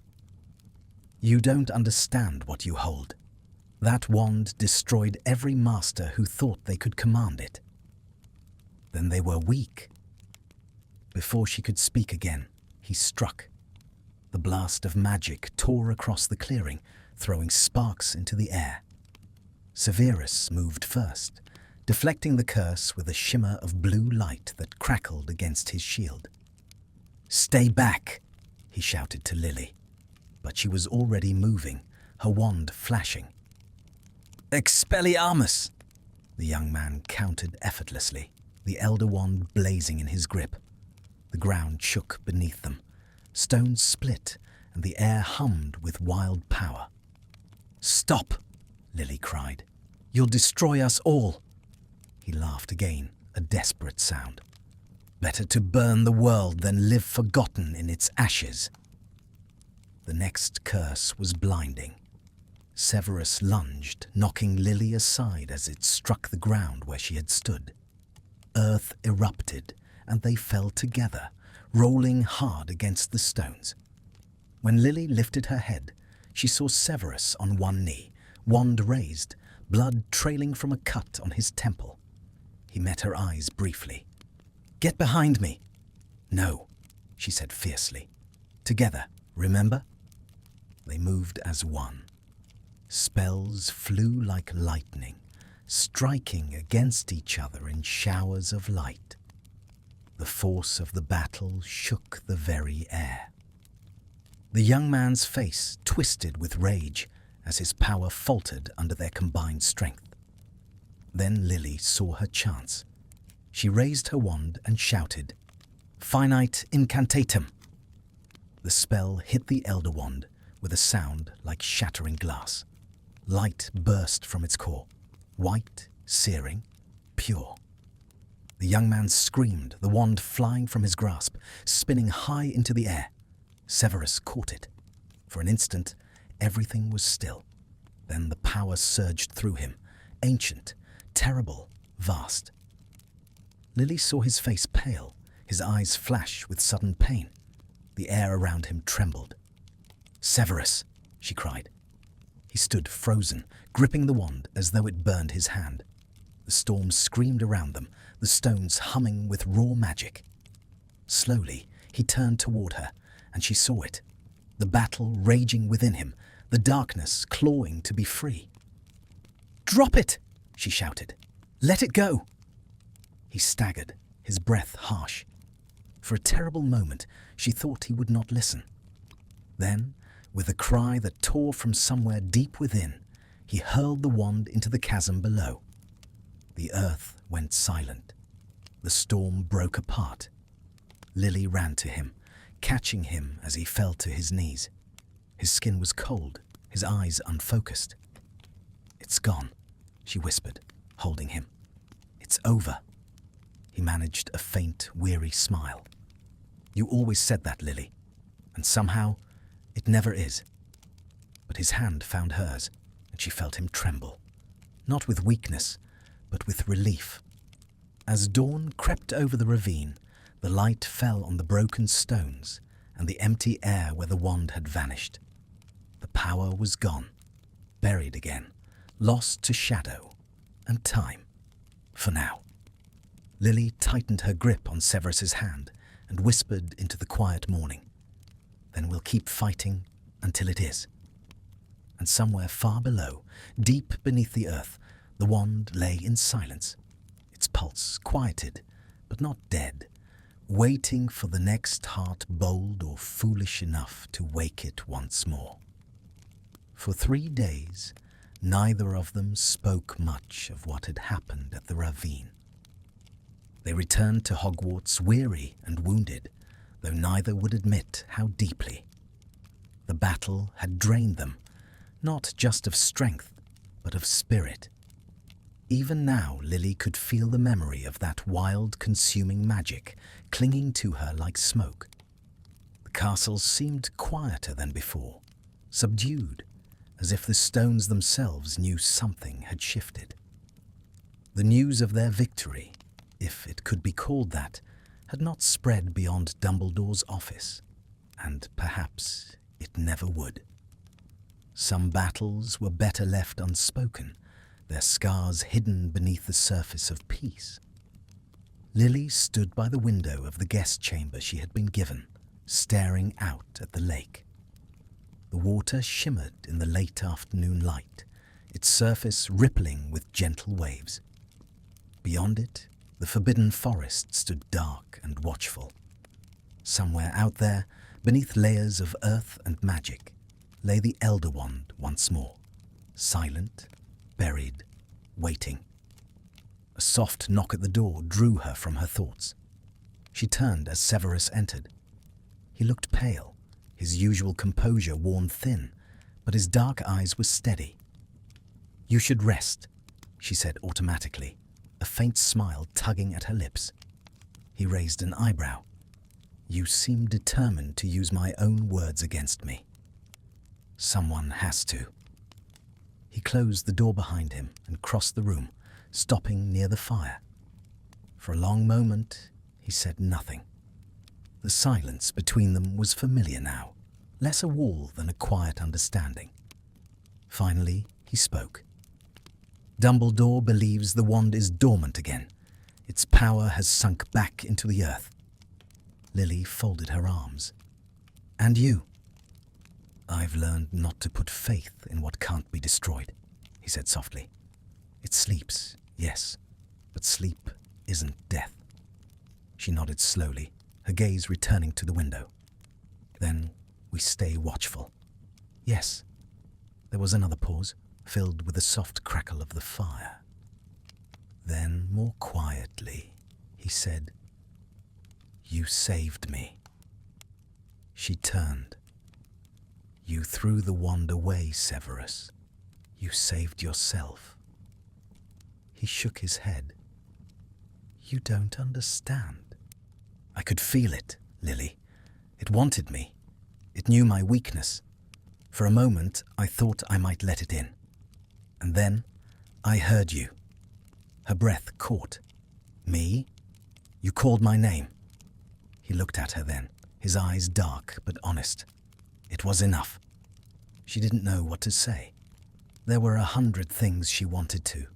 Gratitude, sorrow, forgiveness. But none seemed right. So instead, she crossed the space between them and placed her hand lightly on his arm. You're stronger than you think, she said softly. He looked down at her hand, then back at her. No. I think I've simply found someone who reminds me what strength looks like. For a long moment, they stood like that, the firelight flickering between them. Then Lily drew back, her cheeks faintly flushed. Outside, the last light of day faded into dusk. The castle grew quiet, save for the soft hoot of an owl echoing through the corridors. Peace, at last, seemed to settle over the grounds. But it was a fragile peace, the kind that comes not from victory, but from survival. Days turned into weeks. The world beyond Hogwarts began to rebuild itself, slowly, cautiously. The remnants of the Dark Lord's followers scattered or hid. Rumors faded. For the first time in years, it seemed possible to believe that the war truly was over. And yet, for Lily, peace carried its own weight. She had spent so long fighting, first for Harry, then for the world, that she scarcely knew what to do with quiet. Her nights were filled with strange dreams, flashes of green light, the echo of distant thunder, the feeling of something vast watching her from beneath the earth. Severus, too, carried his ghosts. He spent hours in the dungeons, assisting Dumbledore with potion experiments, his mind restless, his hands rarely still. But sometimes in the evenings, Lily would find him in the library, reading by candlelight, a cup of tea cooling beside him. He never spoke when she entered, but his gaze would soften, and she would take a seat near him, and they would sit together in wordless companionship until the candles burned low. It was a kind of healing neither of them expected. One morning, Lily woke before dawn. The castle was still, the corridors silvered by moonlight. She walked quietly to the astronomy tower, the cold stone beneath her feet grounding her as she breathed in the crisp air. The sky above was vast and clear, the stars sharp as glass. She heard footsteps behind her and turned. I should have guessed I'd find you here, Severus said, his breath misting in the air. Couldn't sleep, she replied. He came to stand beside her, leaning on the parapet. You're thinking about the wand. Always, she admitted. Do you ever think it's truly over? That we've done enough? He was silent for a moment. I don't know that we ever do enough, but perhaps that isn't the point. What is then? He glanced at her, a faint smile ghosting his lips. To keep trying. Lily laughed softly. You sound almost like Dumbledore. I'll take that as an insult, he said dryly, and she laughed again, the sound echoing softly through the tower. The laughter faded into silence, but it was a comfortable one, the kind that came when words were no longer needed. Below them, the first light of morning touched the horizon, painting the world in gold. For the first time in what felt like forever, Lily felt the warmth of hope, not the fierce, desperate kind that comes in war, but the quiet, enduring kind that grows in peace. Severus, she said softly, what will you do now? He looked out at the rising sun. I haven't decided. Perhaps teach again. Perhaps leave for a time. There's a whole world beyond these walls I've ignored for too long. And you? She hesitated, then smiled faintly. I'll raise my son, and I'll tell him stories of the man who once saved us both. He met her gaze, startled. Don't. Why not? Because heroes don't exist, he said quietly. She shook her head. You're wrong. They do. They just rarely see themselves as such. He looked away, unable to answer. The sun climbed higher, spilling light across their faces. The world below began to stir. Students waking, owls returning, the first sounds of morning drifting up through the air. And for the first time, Severus felt something shift inside him, a lightness he hadn't known in years. Perhaps, he thought, peace wasn't something granted. Perhaps it was something earned, piece by piece, through all the pain and all the choosing to stay. Lily turned to him then, her expression calm but full of quiet warmth. Whatever comes next, we'll face it, won't we? He inclined his head slightly. Always. The word lingered in the air between them, soft and sure, like a promise made not in desperation, but in understanding. Below, the lake caught the light of the sun, turning it to silver. The shadows of the past still lingered, would always linger, but for now, the world was alive again. And in that fragile dawn, standing side by side, two souls who had once stood on opposite sides of a war found what neither had truly dared to hope for. Not absolution, not perfection, but peace. Spring deepened into summer, and with it came the strange, gentle ache of healing. The air around Hogwarts grew warm and fragrant with lilac and grass. The lake shimmered beneath the sun, and the castle, once a fortress of war, breathed again like a living thing. Lily spent her mornings in the gardens, showing Harry the world he had nearly lost. The boy toddled through the flowers, laughing as he chased enchanted butterflies that sparkled like fragments of sunlight. His joy filled every corner of her heart, easing the shadows that had long lived there. For the first time in years, she felt whole. And yet, peace, true peace, was a fragile creature. It had to be tended like a flame, shielded from the wind.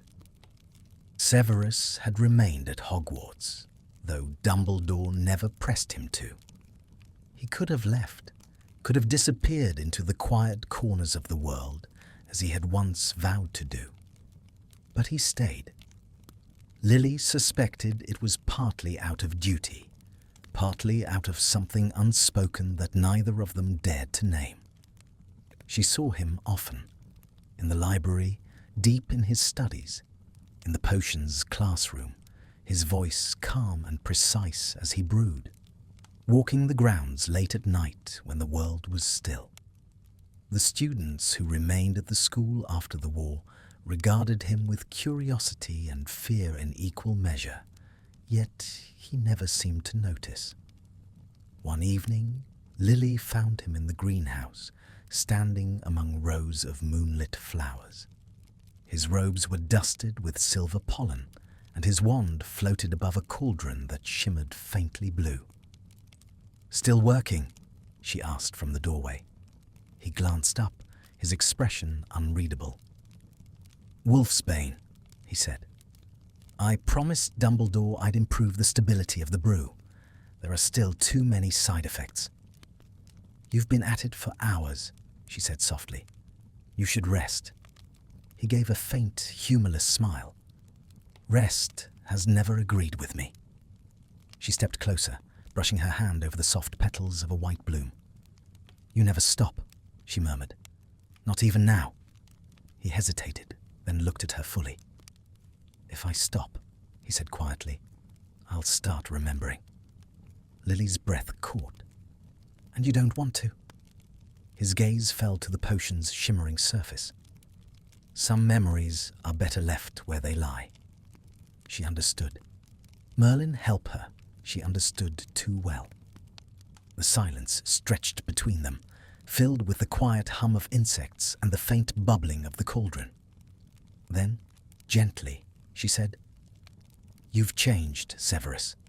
You're not the man you were." He looked at her sharply, but there was no anger in his eyes. And what man was that? One who hid behind bitterness, one who couldn't see that the world still had good in it. He let out a low breath, something like a laugh, but not quite. "And now?" "Now," she said, smiling faintly, "you see it, even if you pretend not to." He turned away, but she saw the corner of his mouth twitch, the faintest ghost of a smile that told her she was right. Days passed, and Hogwarts filled slowly again. Students returned for the next term, their laughter echoing through the corridors.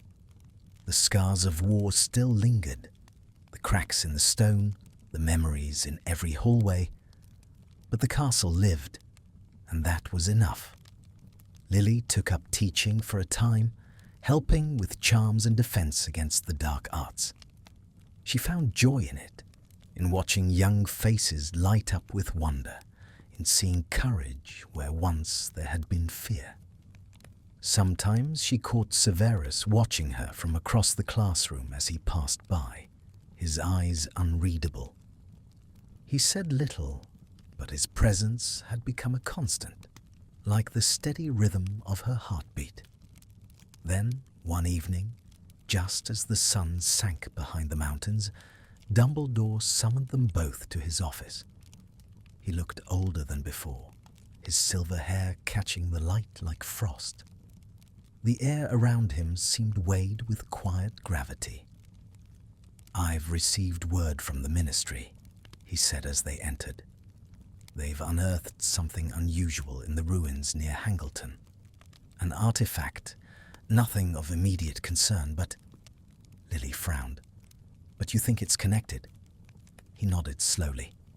"The readings are faint but familiar. Residual magic, ancient and dark. I believe the Elder Wand's presence may have awakened something else." Severus stiffened. "Another relic?" "Perhaps," Dumbledore said. "Or perhaps simply a shadow left behind. Either way, it would be wise to ensure it poses no threat." Lily felt a familiar chill crawl along her spine. "You want us to go?" "I would not ask," Dumbledore said gently, "if I did not believe only you could manage it." For a long moment, the only sound was the crackle of the fire. Then Severus inclined his head. "When do we leave?" "Tomorrow," Dumbledore said, "at dawn." That night, Lily lay awake, watching the moonlight slide across the ceiling. She thought of Harry, safe and sleeping, of Hogwarts, calm and bright once more, and of the dark places in the world that refused to stay buried. When she finally drifted into sleep, she dreamed of a shadowed field and a whispering voice. It called her name, not with hatred, but with sorrow. The next morning, she woke before sunrise. Severus was already waiting at the gates, his cloak stirring in the early breeze. "You didn't sleep either," she said, falling into step beside him. He gave a slight shrug. "I didn't try." The journey to Hangleton was quiet. Mist lay thick across the valleys, the world hushed beneath it. When they reached the ruins, the air grew heavy, tinged with the same old darkness that seemed to haunt every place tied to Voldemort's name. They moved cautiously through the remains of the house. The walls were cracked, ivy creeping through the stone. Dust rose with every step. At the heart of what had once been the drawing room, Severus stopped. "Here," he said. "Do you feel it?" Lily nodded, the hair on her arms standing on end. "Something's beneath us." He knelt, tracing his wand over the floor. Runes flared faintly in the dust, old, worn, but pulsing with faint energy. "Ancient warding," he murmured. Whatever it held was never meant to be touched. Lily crouched beside him. "Can you break it?" "Yes," he said softly, "but we may not like what we find." He spoke the incantation carefully, his voice steady despite the tremor in the air. The runes shimmered, then burst apart in a flare of cold blue light. The ground split open, revealing a small stone chest.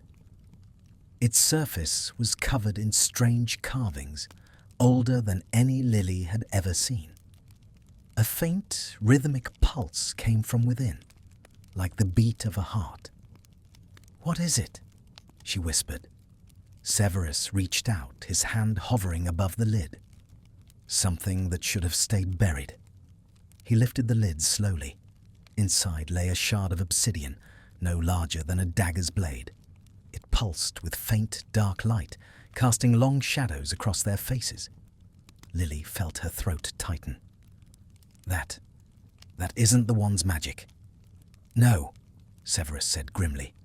"It's something older." The light from the shard flared suddenly, bright and cold. The air trembled around them. Lily stumbled back, shielding her eyes.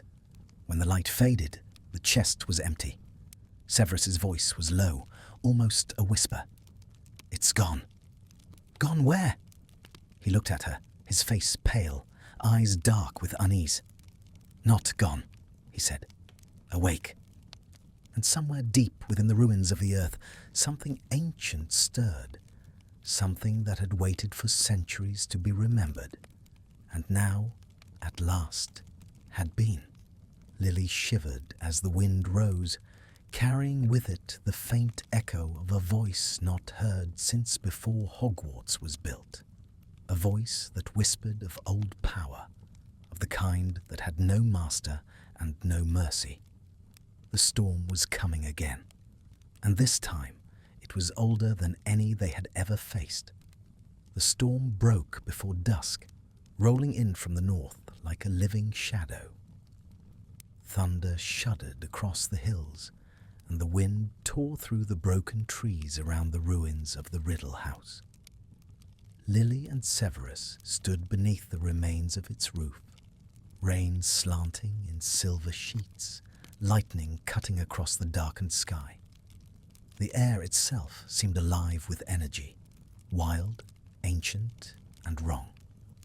Every instinct Lily had screamed to run, to take Harry and flee from this place, but she could not. They had awakened something, and it would not rest again until it was faced. The ground trembled beneath them. From the depths of the earth came a low hum, a sound older than words. The stone chest they had opened lay shattered, its fragments still pulsing with dull blue light. Severus crouched beside it, his wand drawn, his face pale. "It's reacting to the magic of the place," he said. "The Dark Lord's presence lingered here too long. The ground itself remembers him." Lily's hand tightened on her wand. "You think that shard, whatever it was, is tied to him?" He shook his head. "No, this feels different. older than him, older even than Hogwarts, something bound long before any of us were born. A sharp crack echoed through the ruins. Lily spun, wand raised. From the shadows beyond the doorway came a figure cloaked in black, its face hidden. The air around it shimmered like heat over stone. Severus stepped forward, placing himself between her and the intruder. "Show yourself," he commanded. The figure obeyed, lowering its hood. Beneath it was a face neither of them recognized. A woman's face, pale and smooth, her eyes the color of storm clouds. She smiled faintly, though there was nothing kind in it. "You woke it," she said softly. Her voice carried easily, cutting through the thunder. "After so long, it stirs again. I should thank you." Lily's pulse quickened. "Who are you?" The woman tilted her head. "Once, I had many names. You would not know them. Your kind buried my story long ago." "She's lying," Severus murmured. "No one could have survived that long." The woman's eyes flicked toward him. "Survived?" she repeated with amusement. "Oh no, not quite. I am bound as the shard was bound. My body died centuries ago, but my will remained, sealed within the stone, waiting." Lily felt the chill of understanding crawl up her spine. "You're saying that shard was a prison?" The woman's smile widened. "It was a key, and you were kind enough to turn it." The storm roared louder, wind whipping through the shattered windows.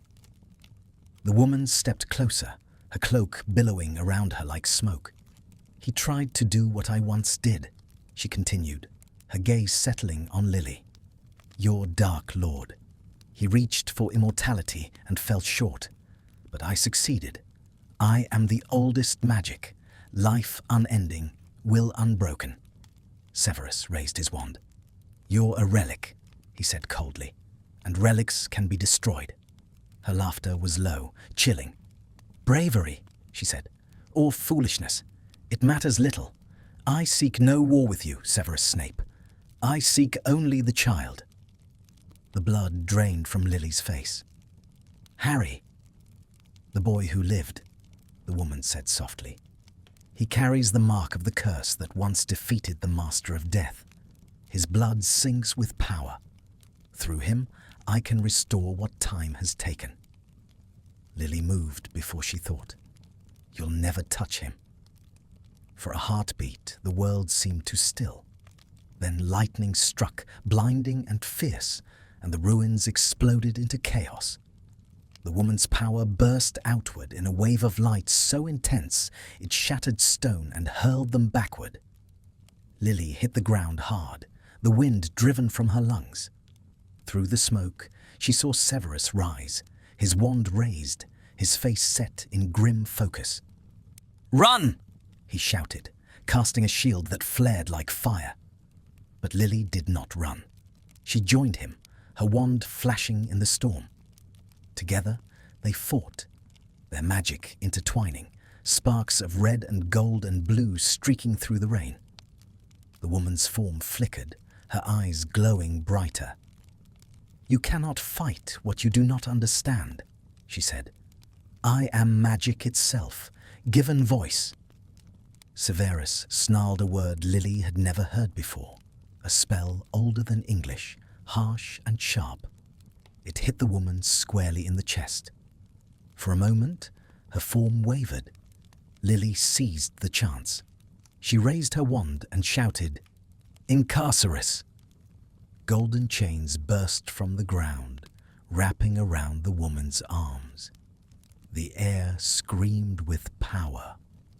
For an instant, Lily thought they had won. Then the chains melted into ash. The woman's eyes blazed with fury, and her voice rose, echoing through the storm. "You think you can bind me? You, who toy with power you barely comprehend?" Severus staggered, his shield faltering. The woman turned her gaze on him, and the air between them ignited with white fire. Lily threw herself forward, shouting a counter-curse, breaking the spell before it struck him full on. "Get back!" he yelled, trying to pull her behind him. But she stood firm. "Not without you."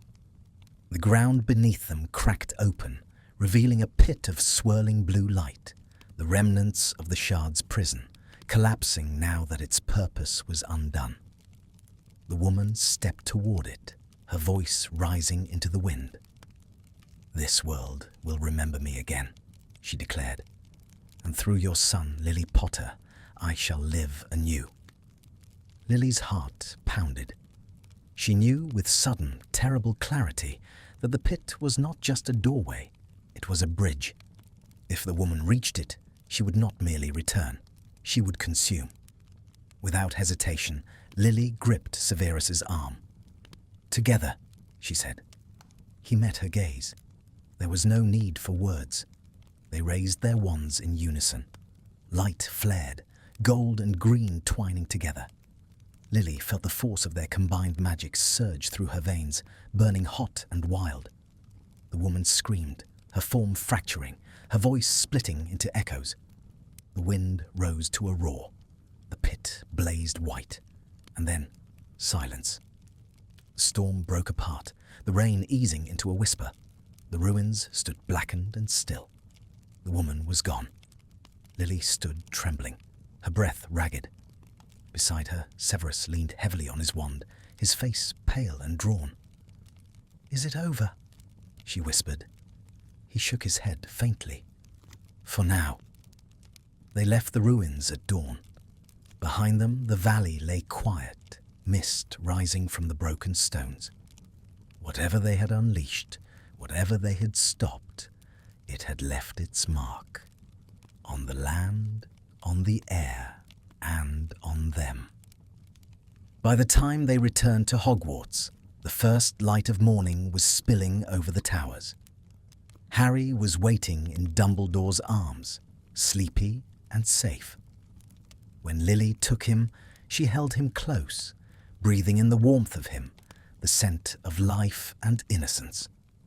Severus stood at a distance, watching in silence. There was something in his expression, sorrow perhaps, but also peace.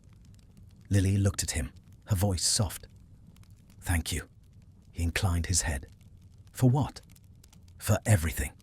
He said nothing. But when she smiled at him, he returned it. Barely, but enough.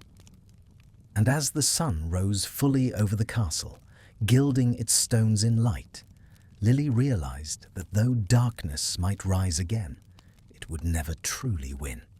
Not while there were still hearts willing to fight for love and for hope and for each other. The world would remember many names in the years to come, but theirs would be written quietly in the margins of history. Two souls bound by loss and courage who faced the storm and stood unbroken. The wind whispered through the towers, carrying with it the promise of peace. And for the first time in a long, long while, Lily believed it might finally last.